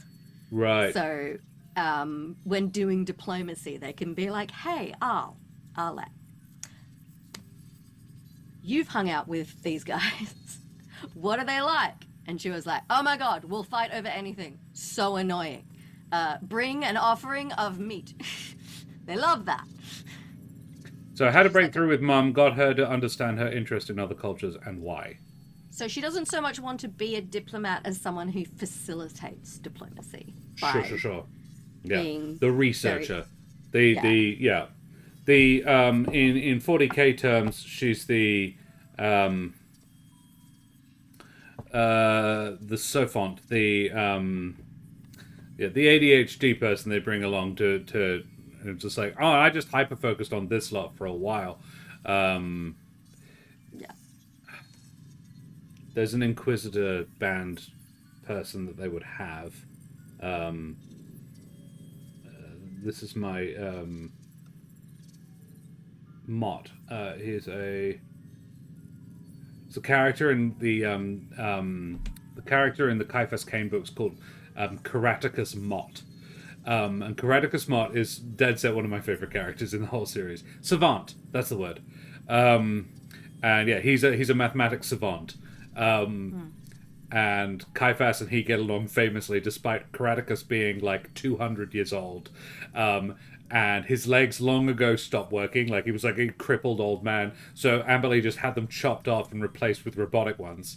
And he's like, oh, cool, sweet. So he can jump like really high, but he's got this crippled old man body. But he's a genius, massive genius, and thinks Cain is hilarious. And they go gambling together. And Kane's like, hey, sit next to me. I will gamble. You will tell me whether or not it's a bad idea. He's like, I love this for us. Yes. Anyway, so she's the savant that they bring along for specific things. Cool. Love that. How does it feel when others don't share or even denigrate your dream? I think she gets like quite upset about it because it's kind of like everyone focuses on the ambassador, like the big person at the front, and she's like, Sure. the ambassador is only as good as the people who are like supporting them and supplying them with information, and she thinks it's short-sighted to be like, why would you want to do that? Don't you want to, be like an ambassador for your people? And she's like, no, I want to make sure that the ambassador is there. Can be. Does it come from a... I could be an ambassador. Dad's an ambassador. I absolutely could. But that's not my Yeah, vibe. and they're It's like, not your my dad's dream. an ambassador. You'd be a fucking shoo-in. And she's Yeah, like, no. it's like, and she says, no, I wouldn't be very good at it. I'd be really good at this thing, which is also a completely fucking valid thing. And I would be really good at it. Yeah. So you should support me in that. Yeah, cool.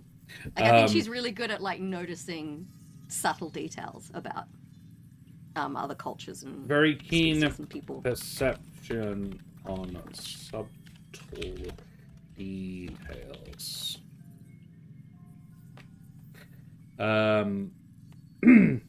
What advice did a paranormal mentor give you before you left? Which is the blanket one across all these tropes.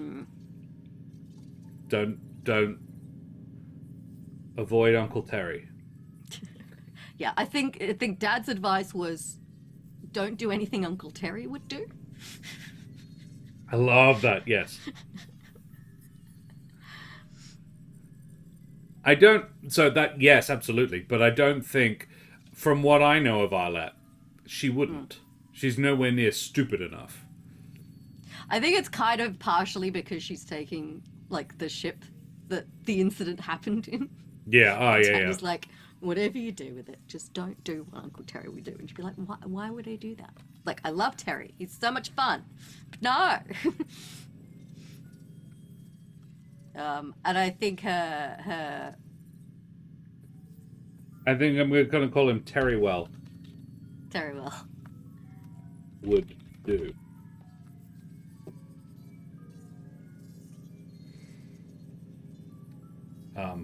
So that's what Dad said. What did Mum say? Dad is, I want to say, broadly supportive. But it was like, he didn't tell you to take his ship, I think. But he did leave the keys in an easily found place. I think Dad's perspective on it is, she's probably gonna. So let's give it, like, if my dad's approach to teaching his sons to drink, they're gonna. So you might as well support them in it. You might as well make sure that they know what they're fucking doing. They know what it feels like to be wasted, and they know how to avoid getting there and be safe doing it. Was very much my parents' approach to it. So we got wine most of the way through my teens. I was gently led to, this is how it feels. This is what it's like. This is what not to do. This is how to avoid it. This is how to not be a fucking moron while you're drunk. That sort of thing. Like, don't know how well you took that lesson on board. Hey, look, I took it a bunch further than I think Dad fully intended. Because what he did kind about you. What he did kind of backfire, because what it meant was when I hit university, I had a fucking tolerance.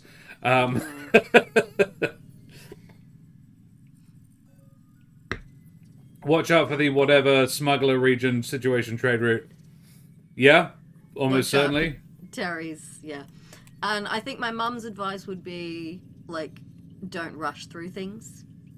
Like, you might feel like you've just got to hop around and, like, do as much and see as much as possible.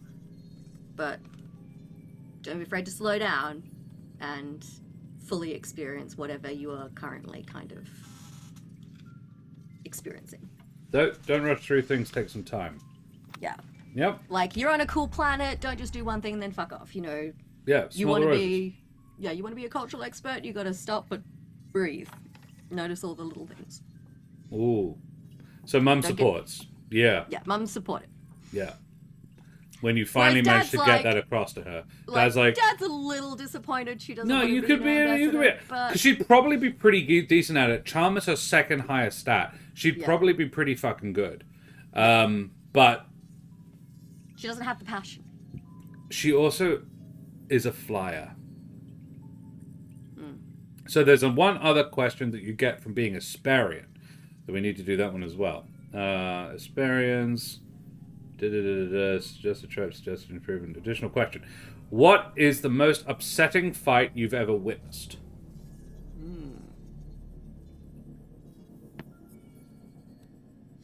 The worlds you live on, all of these worlds, for context for you, are multi-species planets. You might have an Asperian settlement. Of the planes would be the Asperian Plains settlement, and clan area, but there would be other species. Pretty much all of those other species listed around. Yeah. We're very intermingled.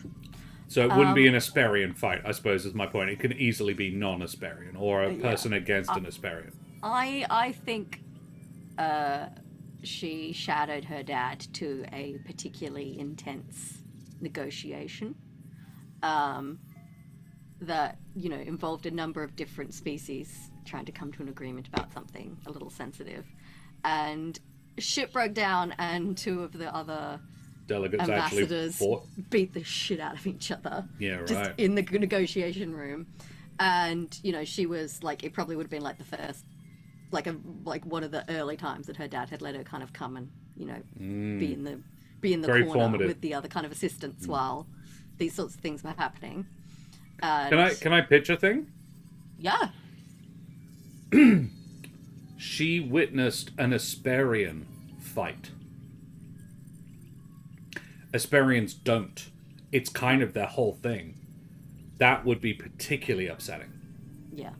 So it was another Asperian and another species that just completely lost it and just started wailing on each other. The other Asperian was obliged to step in and, Yeah, her dad had to help break it up because they were like, what the fuck? Yeah.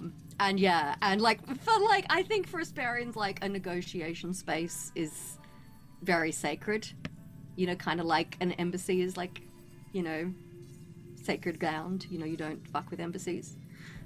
And so for this to happen was just like that doesn't happen. It's particularly not to Asperians.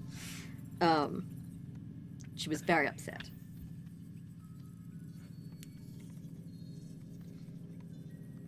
So,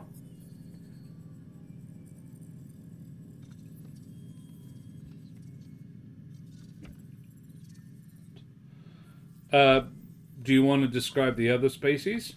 I think I would like to know the other species that you saw fight. Yeah, let me just scroll back to the species list. Quad loves that idea. Thank you, Quad.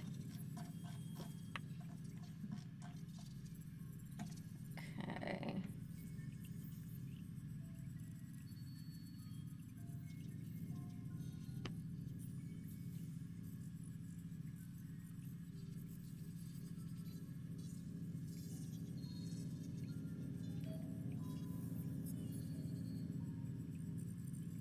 Neozo? Maybe.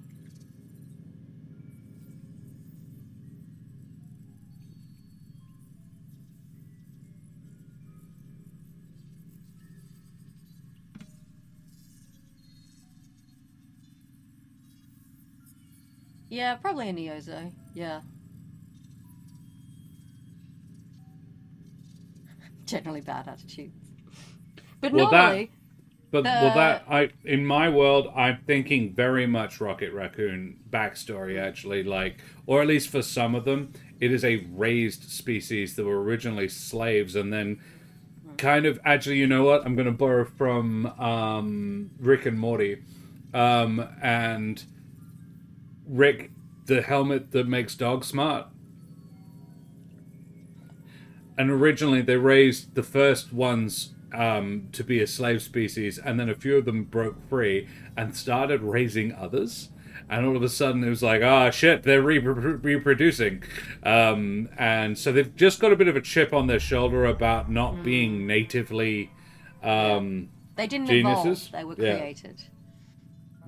Expect a fight, came to blows nonetheless, and the Asperians, they were very much on the side of the Neozo in this disagreement.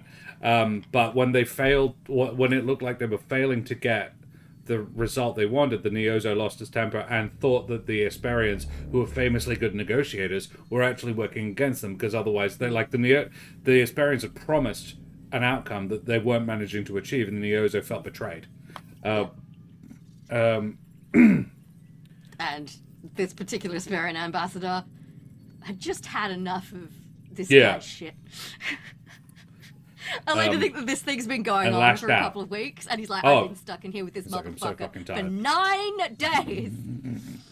All I want to do is punch him in the face. And I don't do that. My species doesn't do that. I don't even have proper fists. Neozos are illegal creations. Many planets have outright banned their existence. Neozos who find themselves... I wouldn't have that. It's a drawback, and it's supposed to be an important thing. I would sub in something else, like it's their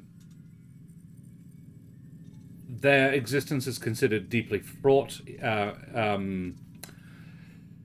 ethically, and so like, don't mention the experiment, the questionably moral experimentation that created you, or the fact that, like, are you one of the ones that is making others? Because honestly, whilst we support your existence and your independence and your sentience, we do not necessarily support creating more. But that is effectively saying you're not allowed to breed, which is eugenics. Except that it's not, because they're artificial. And so it was like, you can fuck and your children will be native animals. Oh. Well, who would want that? There is a wonderful character in the Star Wars Expanded Universe called Piggy, the Gamorrean. And Piggy takes the obviously racially charged epithet Piggy and makes it a badge of honor. Gamorreans are the guards at Jabba's palace, the green-skinned, pig-like humanoids that grunt, the thing that Luke got thrown into the Rancor's den with. But Piggy was experimented on and had his intelligence markedly increased. He also was given a vocal implant in his throat so he can talk, because Gamorreans don't actually have the capacity or the intellect to be able to speak common basic in universe. And so Piggy is a mathematical genius. He's also a fucking tanky dude because he's a Gamorrean. They get hired as mercenaries and guards because they're good at it. He's got all of the biological imperatives of that, but he doesn't. So he's a male of his species, a very dominant, aggressive species. And there's one passage in the books, and in fact, you know of Piggy because you've been reading he's in the Raid Squadron books. Yeah. And Piggy, I think, is dealt with beautifully because his intellect wins over his base instincts a lot. There's a passage where Phelan Sandskimmer offends him by being offended that at the implication that she and he were married. And he's like, yeah, I can understand, like, I get it, but at the same time, it is hurtful. And she's like, I'm so sorry. Yeah, I am a bit of a racist. Hey, fuck. And it's just really cute. Hey, Tony. But there's another bit where he says, yeah, I mean, I can't breed. As in, and they were like, oh my god, they took that from me. He's like, no, I can fuck. But I can impregnate other Gamorrean women for days. But it's not going to generate a child. Even if I found another Gamorrean, a female Gamorrean, who'd had the same thing done to them. So we were both intellectual equals. We were both... I don't particularly want a wife that I can barely communicate with because she's a barely literate pig woman. And I say this as a pig man, but also any children we had would also be Gamorreans. And I don't want that unless we adopted. And I don't necessarily want that. So it's hard. It's tough. And I was like, this is Star Wars. And How it's dare you sneak a really deep moral like, quandary fuck me. into this? But what's really cool is, and Mandalorian and Grogu is doing this. It's causing it. So they went and made, when Disney bought Star Wars and Lucasfilm, they officially said all of the canon extended universe stuff is no longer canon. All the books are People bullshit. were so mad. I was so angry. By people, I mean Josh. Yeah. I was furious. How dare you be doing a Star Trek episode? Exactly. This is Star Wars. It's about piloting little X-wing fighters against TIE fighters. How dare you cross the Star Wars Trek line? Yeah, Star Wars can be deep as shit. It's just less common. But yeah, they said no, it's not. Mainly because they wanted to make money off the products that they've just bought, and there's only so much you can fit into an expanded universe that's already been created. So they basically said, no, we're still selling it. You can buy it. It's called Legends, and it's Legends because it's not necessarily true. And I was like, fuck you! So I try, if I can, when I'm buying Star Wars books, to get them secondhand or online in places where I will get the original copy, not the one with Legends across the top of the front cover. Because fuck that. I'm so irritated I couldn't get a copy of The Courtship of Princess Leia without that fucking symbol across the top. Anyway. Smell a challenge. Well, I've got it now. I read it and it was quite good. It was quite good.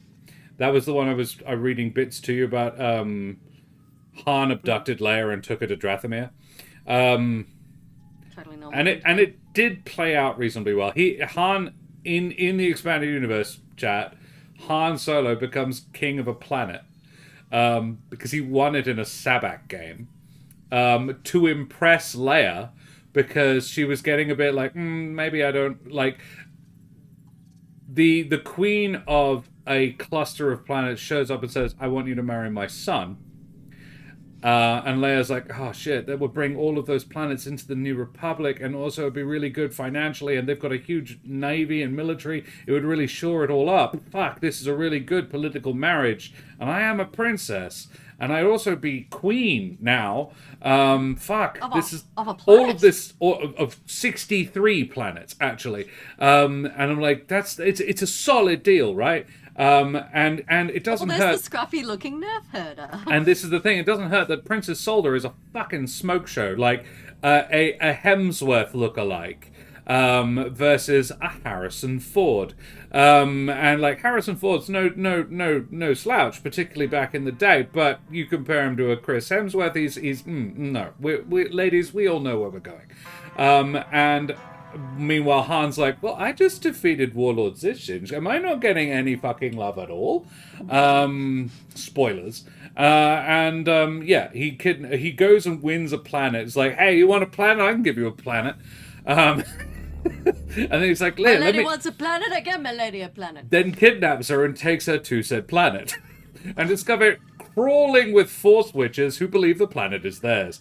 And conveniently, Zissinj is in orbit. It's not great. Fun story. What was Mandalorian and Grogu doing that was related to Piggy, what they are the doing, sentient pig man? What they are doing is they have forced some of the original canon back into canon. Because the person who wrote Mandalorian and Grogu loves the original canon. And specifically, they love the Star Wars X-Wing series. Which is, to my mind, I agree completely, the finest Star Wars series out there in the expanded universe. So, The Adventures of Wedge Antilles, and actually specifically, I think it's Sigourney Weaver's character, is a character from the X-Wing series. Specifically, the comics. Before they wrote the books, there was a whole series of comics before the novels came in. The comics were written by the same people. They were written by Michael A. Stackpole, who wrote the first 4 X-Wing series, and then the 8th of the 9. And he wrote the series. He wrote the quadrilogy about Isane Izard. And these characters featured in book 4 of the series, and also in the comics. And I was like, and the character that Sigourney Weaver is playing is, I think, from that series. I'm like, are they making canon again? I saw a whole... They're only getting away with it because no one's noticed yet. Probably. Because, let's be honest, the Disney executives that made that decision haven't read any of it. Oh, God.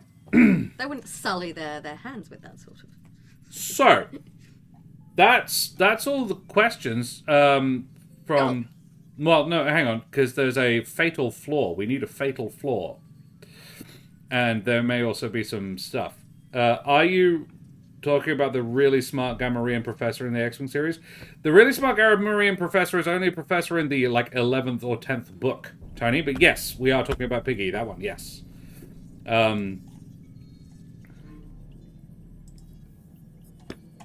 have you read the X-Wing series? As in, Iron Fist is probably the book I have read the most times. Which is a silly book to read the most times because it's the 6th in a series and the 2nd in a 3 books. Of course you have. Of course you fucking have. Tony, this is why we're friends. This is one of the many reasons why we're friends. We vibe. JAXA and Commando Cat. Guidelines for failure or success. Roll modifiers 10 or higher. You succeed smoothly and easily. 5 to 9. You beat the roll. You beat the DC by 5 to 9. Fails, but not too badly. 1 to 4 below. This is teaching DMs to suck eggs. But choosing a stat for the check. As in life, there are always multiple ways to solve a problem. If you've pissed off the most powerful crime boss on a backwater planet... Hang on, what? I just mentioned Uncle Terry. And of course, love to Mother of Bunnies, of course. Too, of course. Well, yes. Because Mother of Bunnies has read 5 and 6 of that series. You've read Wraith Squadron and Iron Fist. And I want to say Solo Command is sitting on your bedside table. I think so, yeah. Dude. There's one that you gave me that I haven't read yet. Yeah. Well, that last rant gave you spoilers. I'll forget in 10 minutes. So, yeah, I assumed you would. Difficulty, explanation tables. Difficulty 3 to 6, 1 to 2. A task where success is nearly guaranteed except for extreme cases. Carrying your travel gear into a ship. Remembering where you parked your spacecraft. 1 to 2. 3 to 6. The task is likely, but for those who aren't skilled enough to or have a low stat in the field, 13 to 16, winning a hypercage death battle against the current champion, someone trained in espionage withstanding aggressive interrogation at the hands of the Galactic Police. 17 to 19, a task where success will be incredible and impressive. This too is nearly guaranteed failure. Talking a member of the Galactic Police out of arresting your crew when you are caught red-handed and you don't have any dirt on the space cop. And then 20 or greater. I feel like Al would be great at that. Well, oh no, please forgive my friend. Technically speaking, she would not be able to achieve it because she has a D12 in that skill. Charm. Charm. Sorry, no, I'm getting them mixed up. No, yeah. So she would not be capable of it. She would only be capable of navigating through an asteroid belt with compromised thrusters or becoming conversational in a new language in only a few weeks of focused and immersive study. However, that would clearly be a brain check, so she wouldn't be able to do that either unless she got a nat 10. Oh, she could do it on a 9 or 10, so she got a 1 in 5 chance of success for that one. Hey, Kate! Reviewing Teens in Space without Mandy. Well, this is the thing, Kate. It is lovely to see you. How are you, my dear? We are taking another swing at Teens in Space, but I didn't want to get the whole. I couldn't get the whole gang back. I asked, and not everyone is available, and I don't want to go ahead with just some. So we were looking for something fun to do with our regular Thursday night crowd, and So I've never yes. played it before, so. And Karen's never played Teens in Space before. Neither have John or Daria. Hey. So yeah, it's a bunch of new users. folks. Yeah. Um, I mean, I know it's mechanically very similar to Kids on Bikes, but yes, life. Yes. It's like, why haven't you done that? life did get Life. so life. Life So very lifed. fucking life. Life Life very did fucking life very hard. So Life, yes, we're life. currently building Karen's. So what we've decided, Kate, is that Karen will be playing the daughter of an ambassador who stole her dad's embassy ship for Schoolies Week, and she and her mates are going off and having banished Mandy to Oozcapade somewhere. I like you. Well, so here's the thing, Mandy. Mandy. Okay, I didn't want to get just one. I didn't want to bring back the whole crew without one person. And I also didn't want to bring back just one person of that crew. That crew was so tight and it made such good sense. Unless I can have the whole lot, I honestly don't want any of them. It's just, I'm really attached to them. They were a really lovely crew. It was a really fun time. If I can, again, manage to assemble them again one time, I'd love to. I'm joking, it's all good. No, I understand completely. I didn't imply any malice in it at all. Yeah. But team is, like, getting a group together is a really interesting thing. It is something I've made an actual study of in this whole online DM thing of finding who works well together, and some boundaries I don't want to cross. I don't like bringing in a short form setting particularly a new person or continuing without one person. That feels really awkward and weird unless the player has specifically requested a write out. To continue on without them is rough. I'd rather just leave it where it was. And yeah, availability is life and so forth. So Karen is playing the daughter of.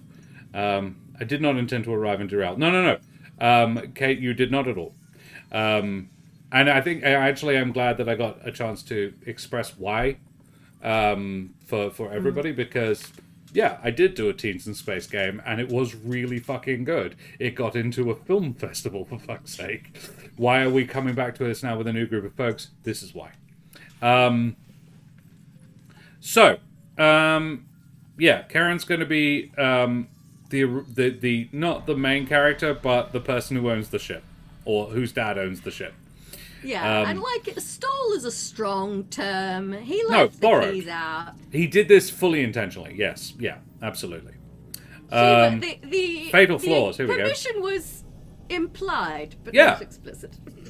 It's like my dad leaving the keys to his wine cellar in the house while I'm looking after the house, and he's in England. The Didn't fool. explicitly say that was okay, but You know what's funny? He has actually explicitly said. The last time I looked after his house, he may have noticed that a couple of his non-vintage bottles of wine were drunk. So he has specifically stated which wine I'm allowed to drink. He took me and fucking showed me. And then in the notes... These ones. Not these ones. Cheap and dusty, expensive and clean. He wrote in the notes as well. I've got handwritten notes, 2 pages of handwritten notes on how to look after the house and dogs. That I've lived in multiple times. I've lived down here for multiple months of my life. That's adorable, though. He said specifically, if you fancy 2 or 3, let's not go fucking wild. Why would we do that? Kate, he writes stuff on each wine in Tipex. To make notes on them. Each wine he has like gone through his wine book of how good it is by rating and stuff, and he writes that on the end and on the bottom of the bottle, because they're all sticking bottom out. He writes that on the inside curve of it, and then he says like earn holiday rating, and then he's got the pairs well with and drinking from now till 2026 or whatever. I know it's 2026 now. I know what year it is. Fuck off. Yeah, no. So, He wouldn't... he can see if it's about to, peak. Yeah. And my family has only recently discovered its deeply, deeply neurospicy tendencies. It's like you thought you were neurotypical.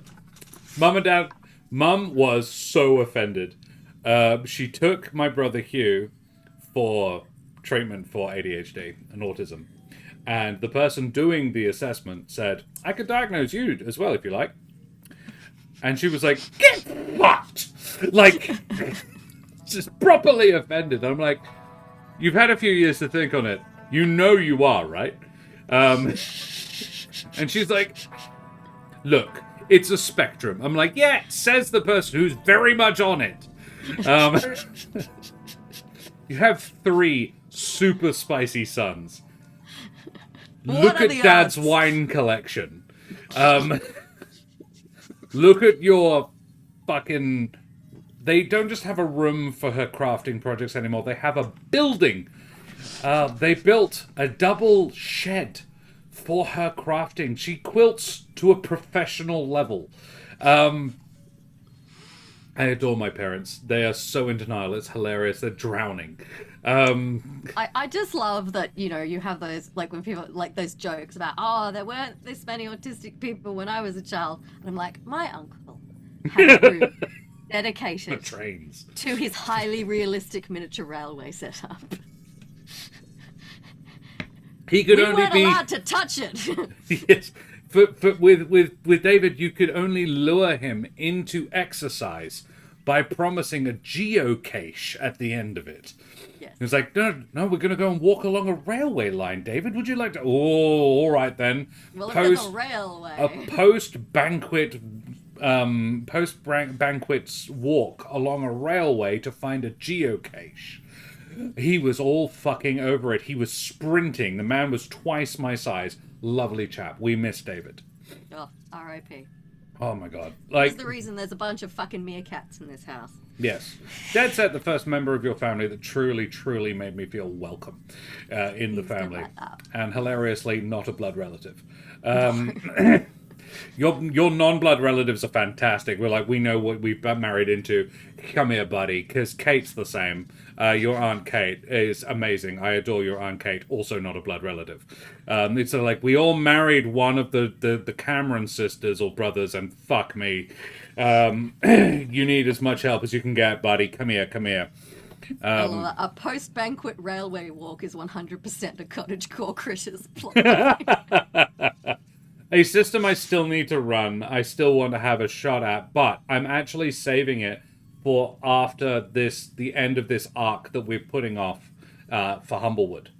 Because Cottagecore Critters was written for Humblewood. And it wasn't, but it kind of was. And I've gotten to play games with the author as well, which is kind of fucking cool. Not Cottagecore Critters, but I have gotten to play with her. She's very fun. I'll enjoy her. In fact, I think you played with her as well, Karen. We played Honey Heist with her. Yes.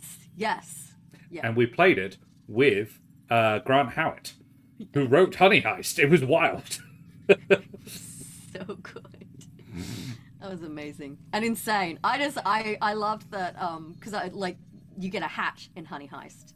You get to pick a hat, and because I own a lot of hats, I basically before the game I picked out one of all the hats. So when I got given my hat, I produced. You had it. That correct you hat. got a berry, and everyone's like, "Holy shit, she had a berry!" And then I went and got my cowboy hat. I'm like, I just had that, Yeah. You're in the room with all the hats. I had to go to the car to get my cowboy hat. So, answer questions about your character, both ones about your character, and answer the ones that are specific to your trope and species. Both the ones that all characters answer, and also the ones about your trope and species. What are the ones that all characters answer? Is it these ones down here? Being a teen. Selecting a fatal flaw. The fatal flaw is the trait that most determines your character's fate.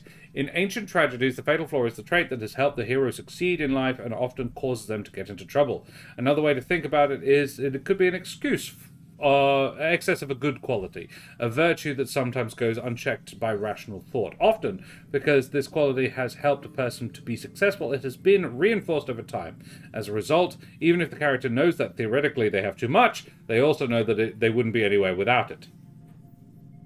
For example, Jaxa decides that her fatal flaw is her lack of trust. When she was a young pickpocket on Ragnar, her hesitance to trust helped her avoid getting caught by police raids, helping her avoid being tricked by undercover officers, and helping her manipulate her marks. Even now that she has gone through multiple missions with the crew, she is still slow to trust them, requiring more of an explanation where they want to convince her that something is in her best interest. So, mechanically, when a player makes a decision with bad consequences based on their fatal flaw, the GM should award them 2 adversity tokens for a failed check instead of just the 1. Oh yeah, that's right, adversity tokens when you fail. So even when you fail, it's not bad. It's a learning experience. Yeah, exactly. Keep in mind that you should balance role-playing your fatal flaw and working with the group. Don't let it ruin everyone else's fun. The GM thinks you're overusing it or diminishing other players' fun. They should not award you the DAT. I would start out with, I'm going to warn you, you can retcon this. I don't think that's necessarily good. Or I'd have a private conversation with the player. For long-form play, definitely. But for short-form, I think you're going too far with this, and I'm not going to award you the... If you do that, I won't award you the adversity tokens for it. Do it preemptively, not after the fact.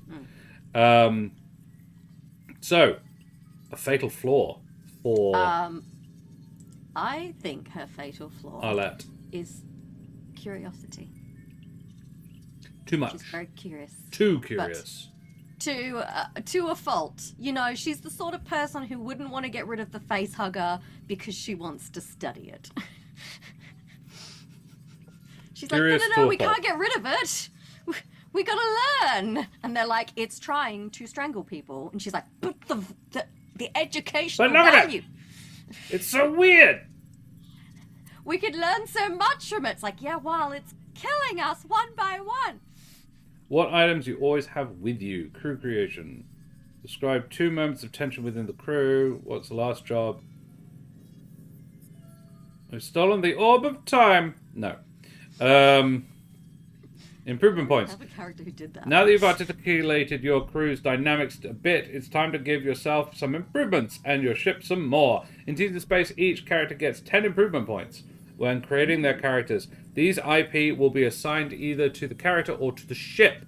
Each improvement costs a specific number of IP. By the end of character creation, you must have spent all your IP either on yourself or your ship. Later in the game, you'll have a chance to gain more IP, which will be covered in gaining additional improvements. You are welcome to do this now. Do yours now.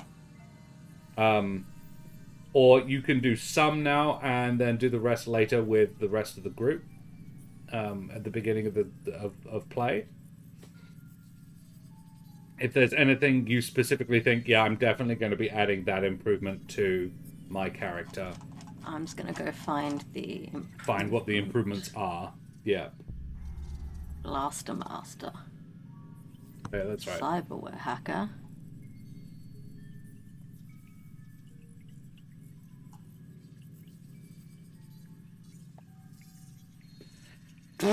Gross. You have some kind of gross bodily trick you can do on command. I feel like I do, because I can move my little thing around my brain and you can see it. Oh, there's that, yeah. To what end? I'm just gonna... Can you talk to chat? I'm just going to go to the bathroom quickly. Okay. Okay, so... So much wine. High flyer means you can literally fly. Either in space or on a planet's surface using either biological means or far more often technology. Hive mind. Share a hive mind with a group of creatures. Oh, right. Hotshot pilot. Flight checks in a spaceship made at +2. Intergalactically beloved. People on developed planets recognize you and generally love your creative or charitable work. Aww. interspecies allure. If a member of another species could find you attractive, get +2 to charm checks against them. Ship needs an Omega-13 device from Galaxy Quest. Refresh my memory, because I haven't watched Galaxy Quest for a while. What was the Omega-13 device? I feel like I'm going to have a duh moment the second you say it, but I can't think what it is.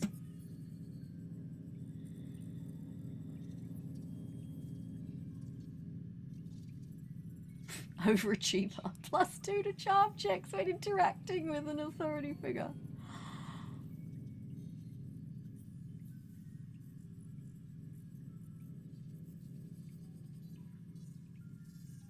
Resistance fighter. Spend energy to locate and receive help. Scanner. Shape shifting. Oh, okay. Skill dat. Choose a non-combat skill in discussion with the GM. You're assumed to succeed when making moderately difficult checks, 9 or less, related to that skill. Interesting.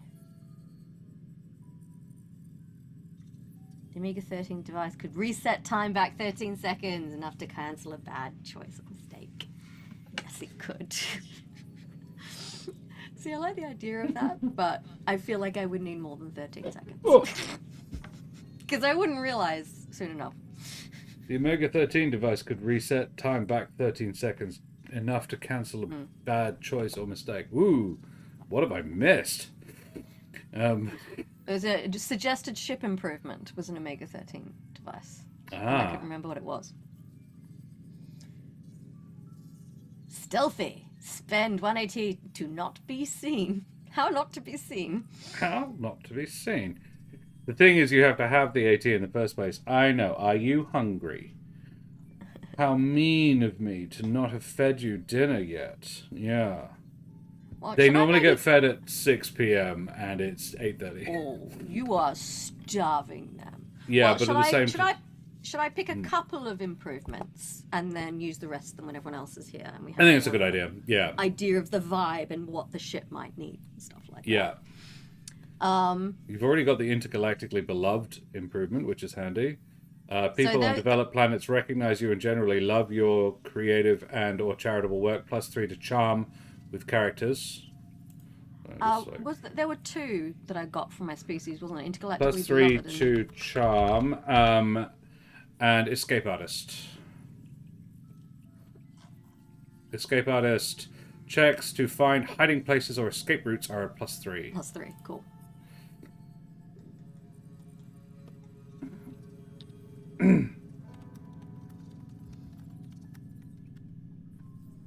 +3 to hide or run. I mean, Goody Two-Shoes kind of works, because that's you can locate and receive help within reason and without making any stat check from law enforcement on any inhabited planet. Oh, that definitely works. Yeah. And diplomatic. An adversity token to locate or receive help within reason. Wow. Yeah. Also, I'm because leery very of... observant, so I know what a cop shop looks like on every planet. I'm leery of anything that costs an adversity token. Right. Or rather, okay. I would... No, not so much leery of. Rather, you have dinner, Kate, yes. I would say don't have more than one thing that costs adversity tokens. Because they are very uncommon... They are not a common meta currency. You don't pick up a lot throughout the course of the game. Ooh. So don't get too many things that are powered by them, otherwise you won't be able to use them.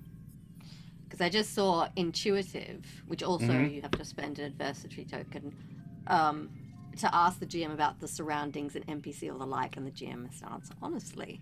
I love that. And given her curiosity and like... I think that's a much more... Observing and kind of absorbing. Yeah. That one feels very natural. I think that's very natural for her, so let's say intuitive. Intuitive. Part of me wants to go hotshot pilot because, like, flight is my. But you've got a 20. You've got I know, a D20 I don't need in it, but part of me. Well, like, you might, if you roll low. It's a +3.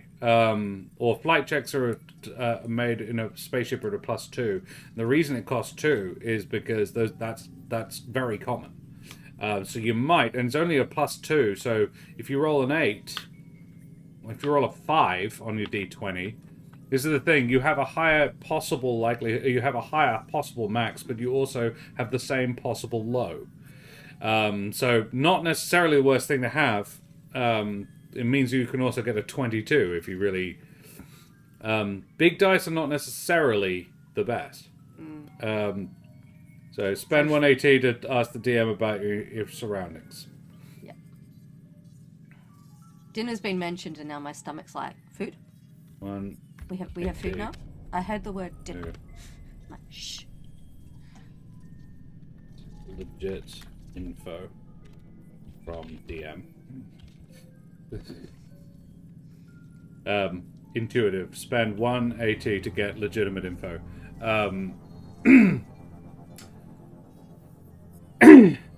Well, should we call it there then, my lovely? Because we're going for 2.5 hours. This has been a very solid test of the my mum and dad's internet capability, determining that yes, it's actually significantly better than our own home internet, despite the fact that it's in a fucking country town at the top of a hill, and we're using a direct satellite connection. Still better. To take half your dice value instead of rolling a snap decision. Oh yeah, on a snap decision. Nerves of Steel is a neat one. Lucky, spend 180 to just re-roll. There's a handy. Pardon me. Well, we love Aussie internet logic. Yeah.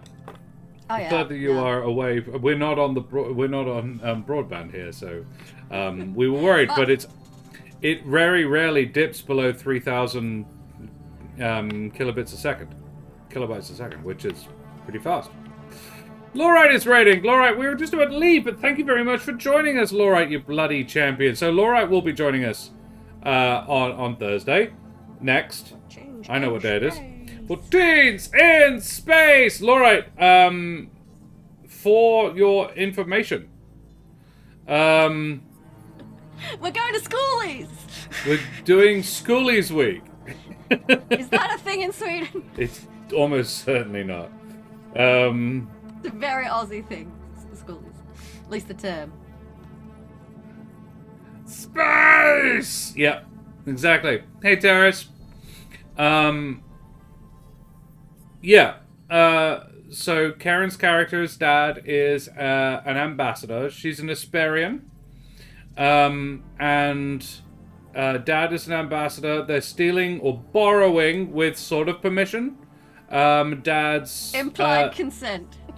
Spaceship, his embassy ship, his envoy ship, which was kind of at the center of a controversy about Weird Uncle Terry and his goon smuggling habits. Schoolies is something that end of high school, like the final year of high school, at the end of your final year of high school in Australia, a lot of, not all, but a lot of kids go on Schoolies Week, which is basically a piss up. They go to various places. There is each major city has 2 or 3 locations where they all go and get fucking hammered, often illegally because most of them are 17. So in Perth you can go to Rottnest, although that's really not done much anymore. I think Rottnest is really trying to discourage drunk teenagers swarming out. We've got Dunsborough, which is where I went. I went to near Dunsborough. And we only occasionally went into Dunsborough to actually... We didn't party in Dunsborough. We went into Dunsborough to buy booze and then go back to the farm we were staying on. I did not go on Schoolies Week because basically, the thought of being trapped with a bunch of drunk teenagers for a week sounded like genuine hell. I would have been the worst of the drunk teenagers, and I was 18, so it was fine. Terrace went up the Gold Coast. Very popular for schoolies. Don't remember much of Schoolies Week, other than I made a tray of cheesecake squares that enticed a herd of females into our hotel room. We did nothing but play PS2. That sounds fair, yeah? Knowing that Terrace is one of the gayest things that ever gayed is also, like, hilarious there. I just love the mental image of just outside with a tray of cheesecake squares going, "Hello, ladies, who wants a cheesecake square? Come, there's a PS2!" We took a DVD player so we could watch Family Guy. It was great. There was only 3 seasons out. That's how long ago it was. And spaceships, interstellar travel is possible, but unlikely.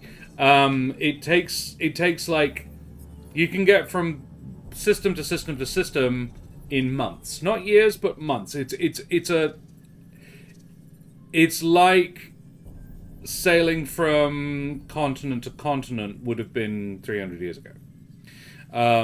So it's irritatingly difficult, and therefore you actually build out in your own system. So each system is quite densely populated, and there's a lot of variety in the worlds. But we had something similar at my school. It was just pissing off to Canary Islands for a week. Yeah, pretty much. Yeah.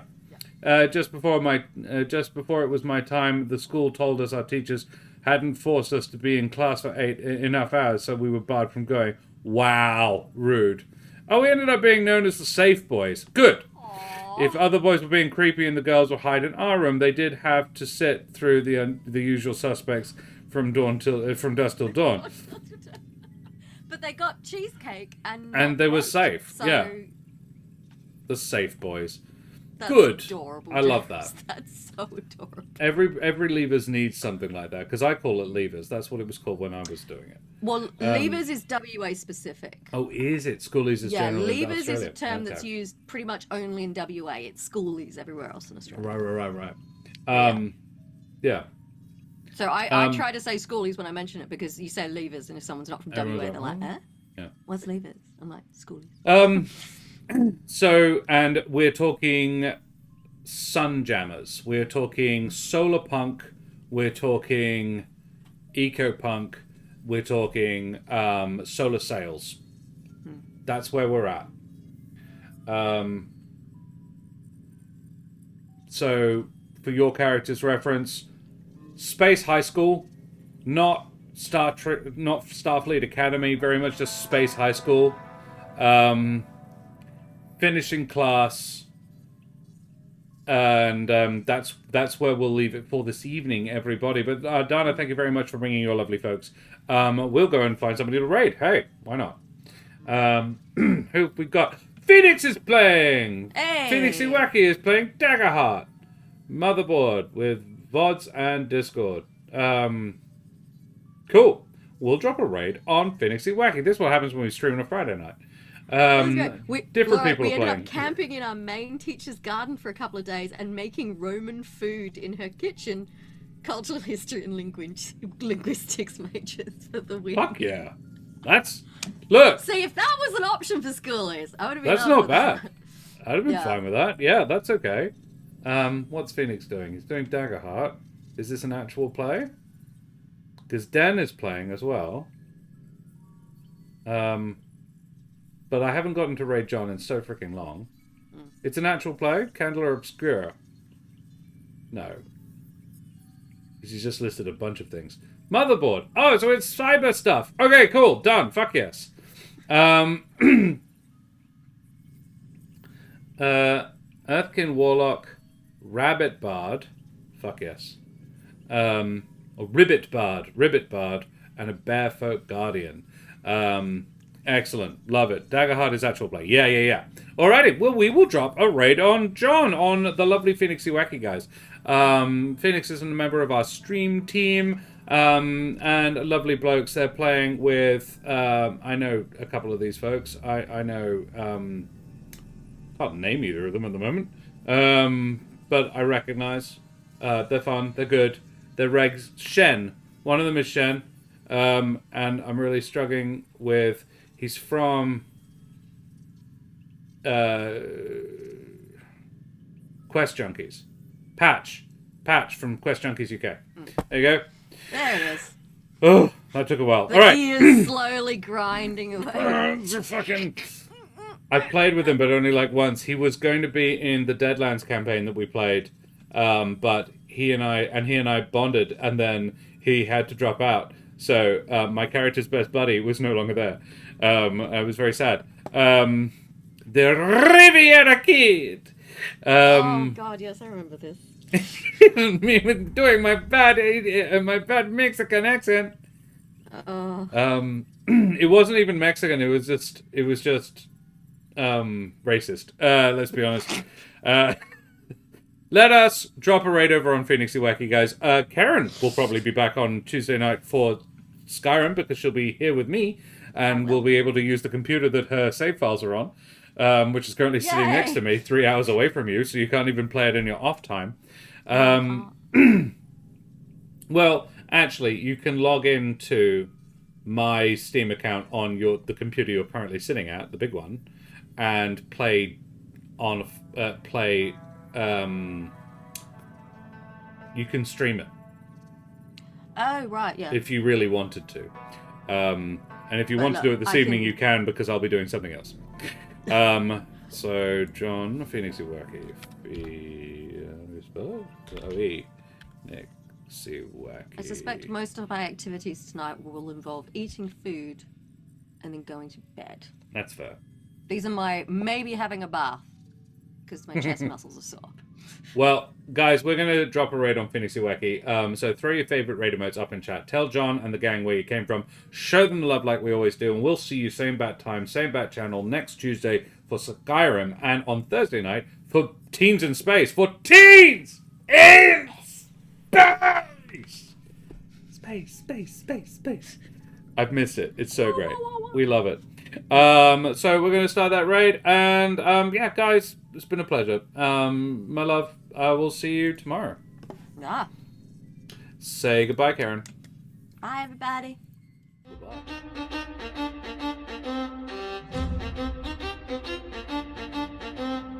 Don't forget to like and subscribe, you wee scallywags! Avast for now!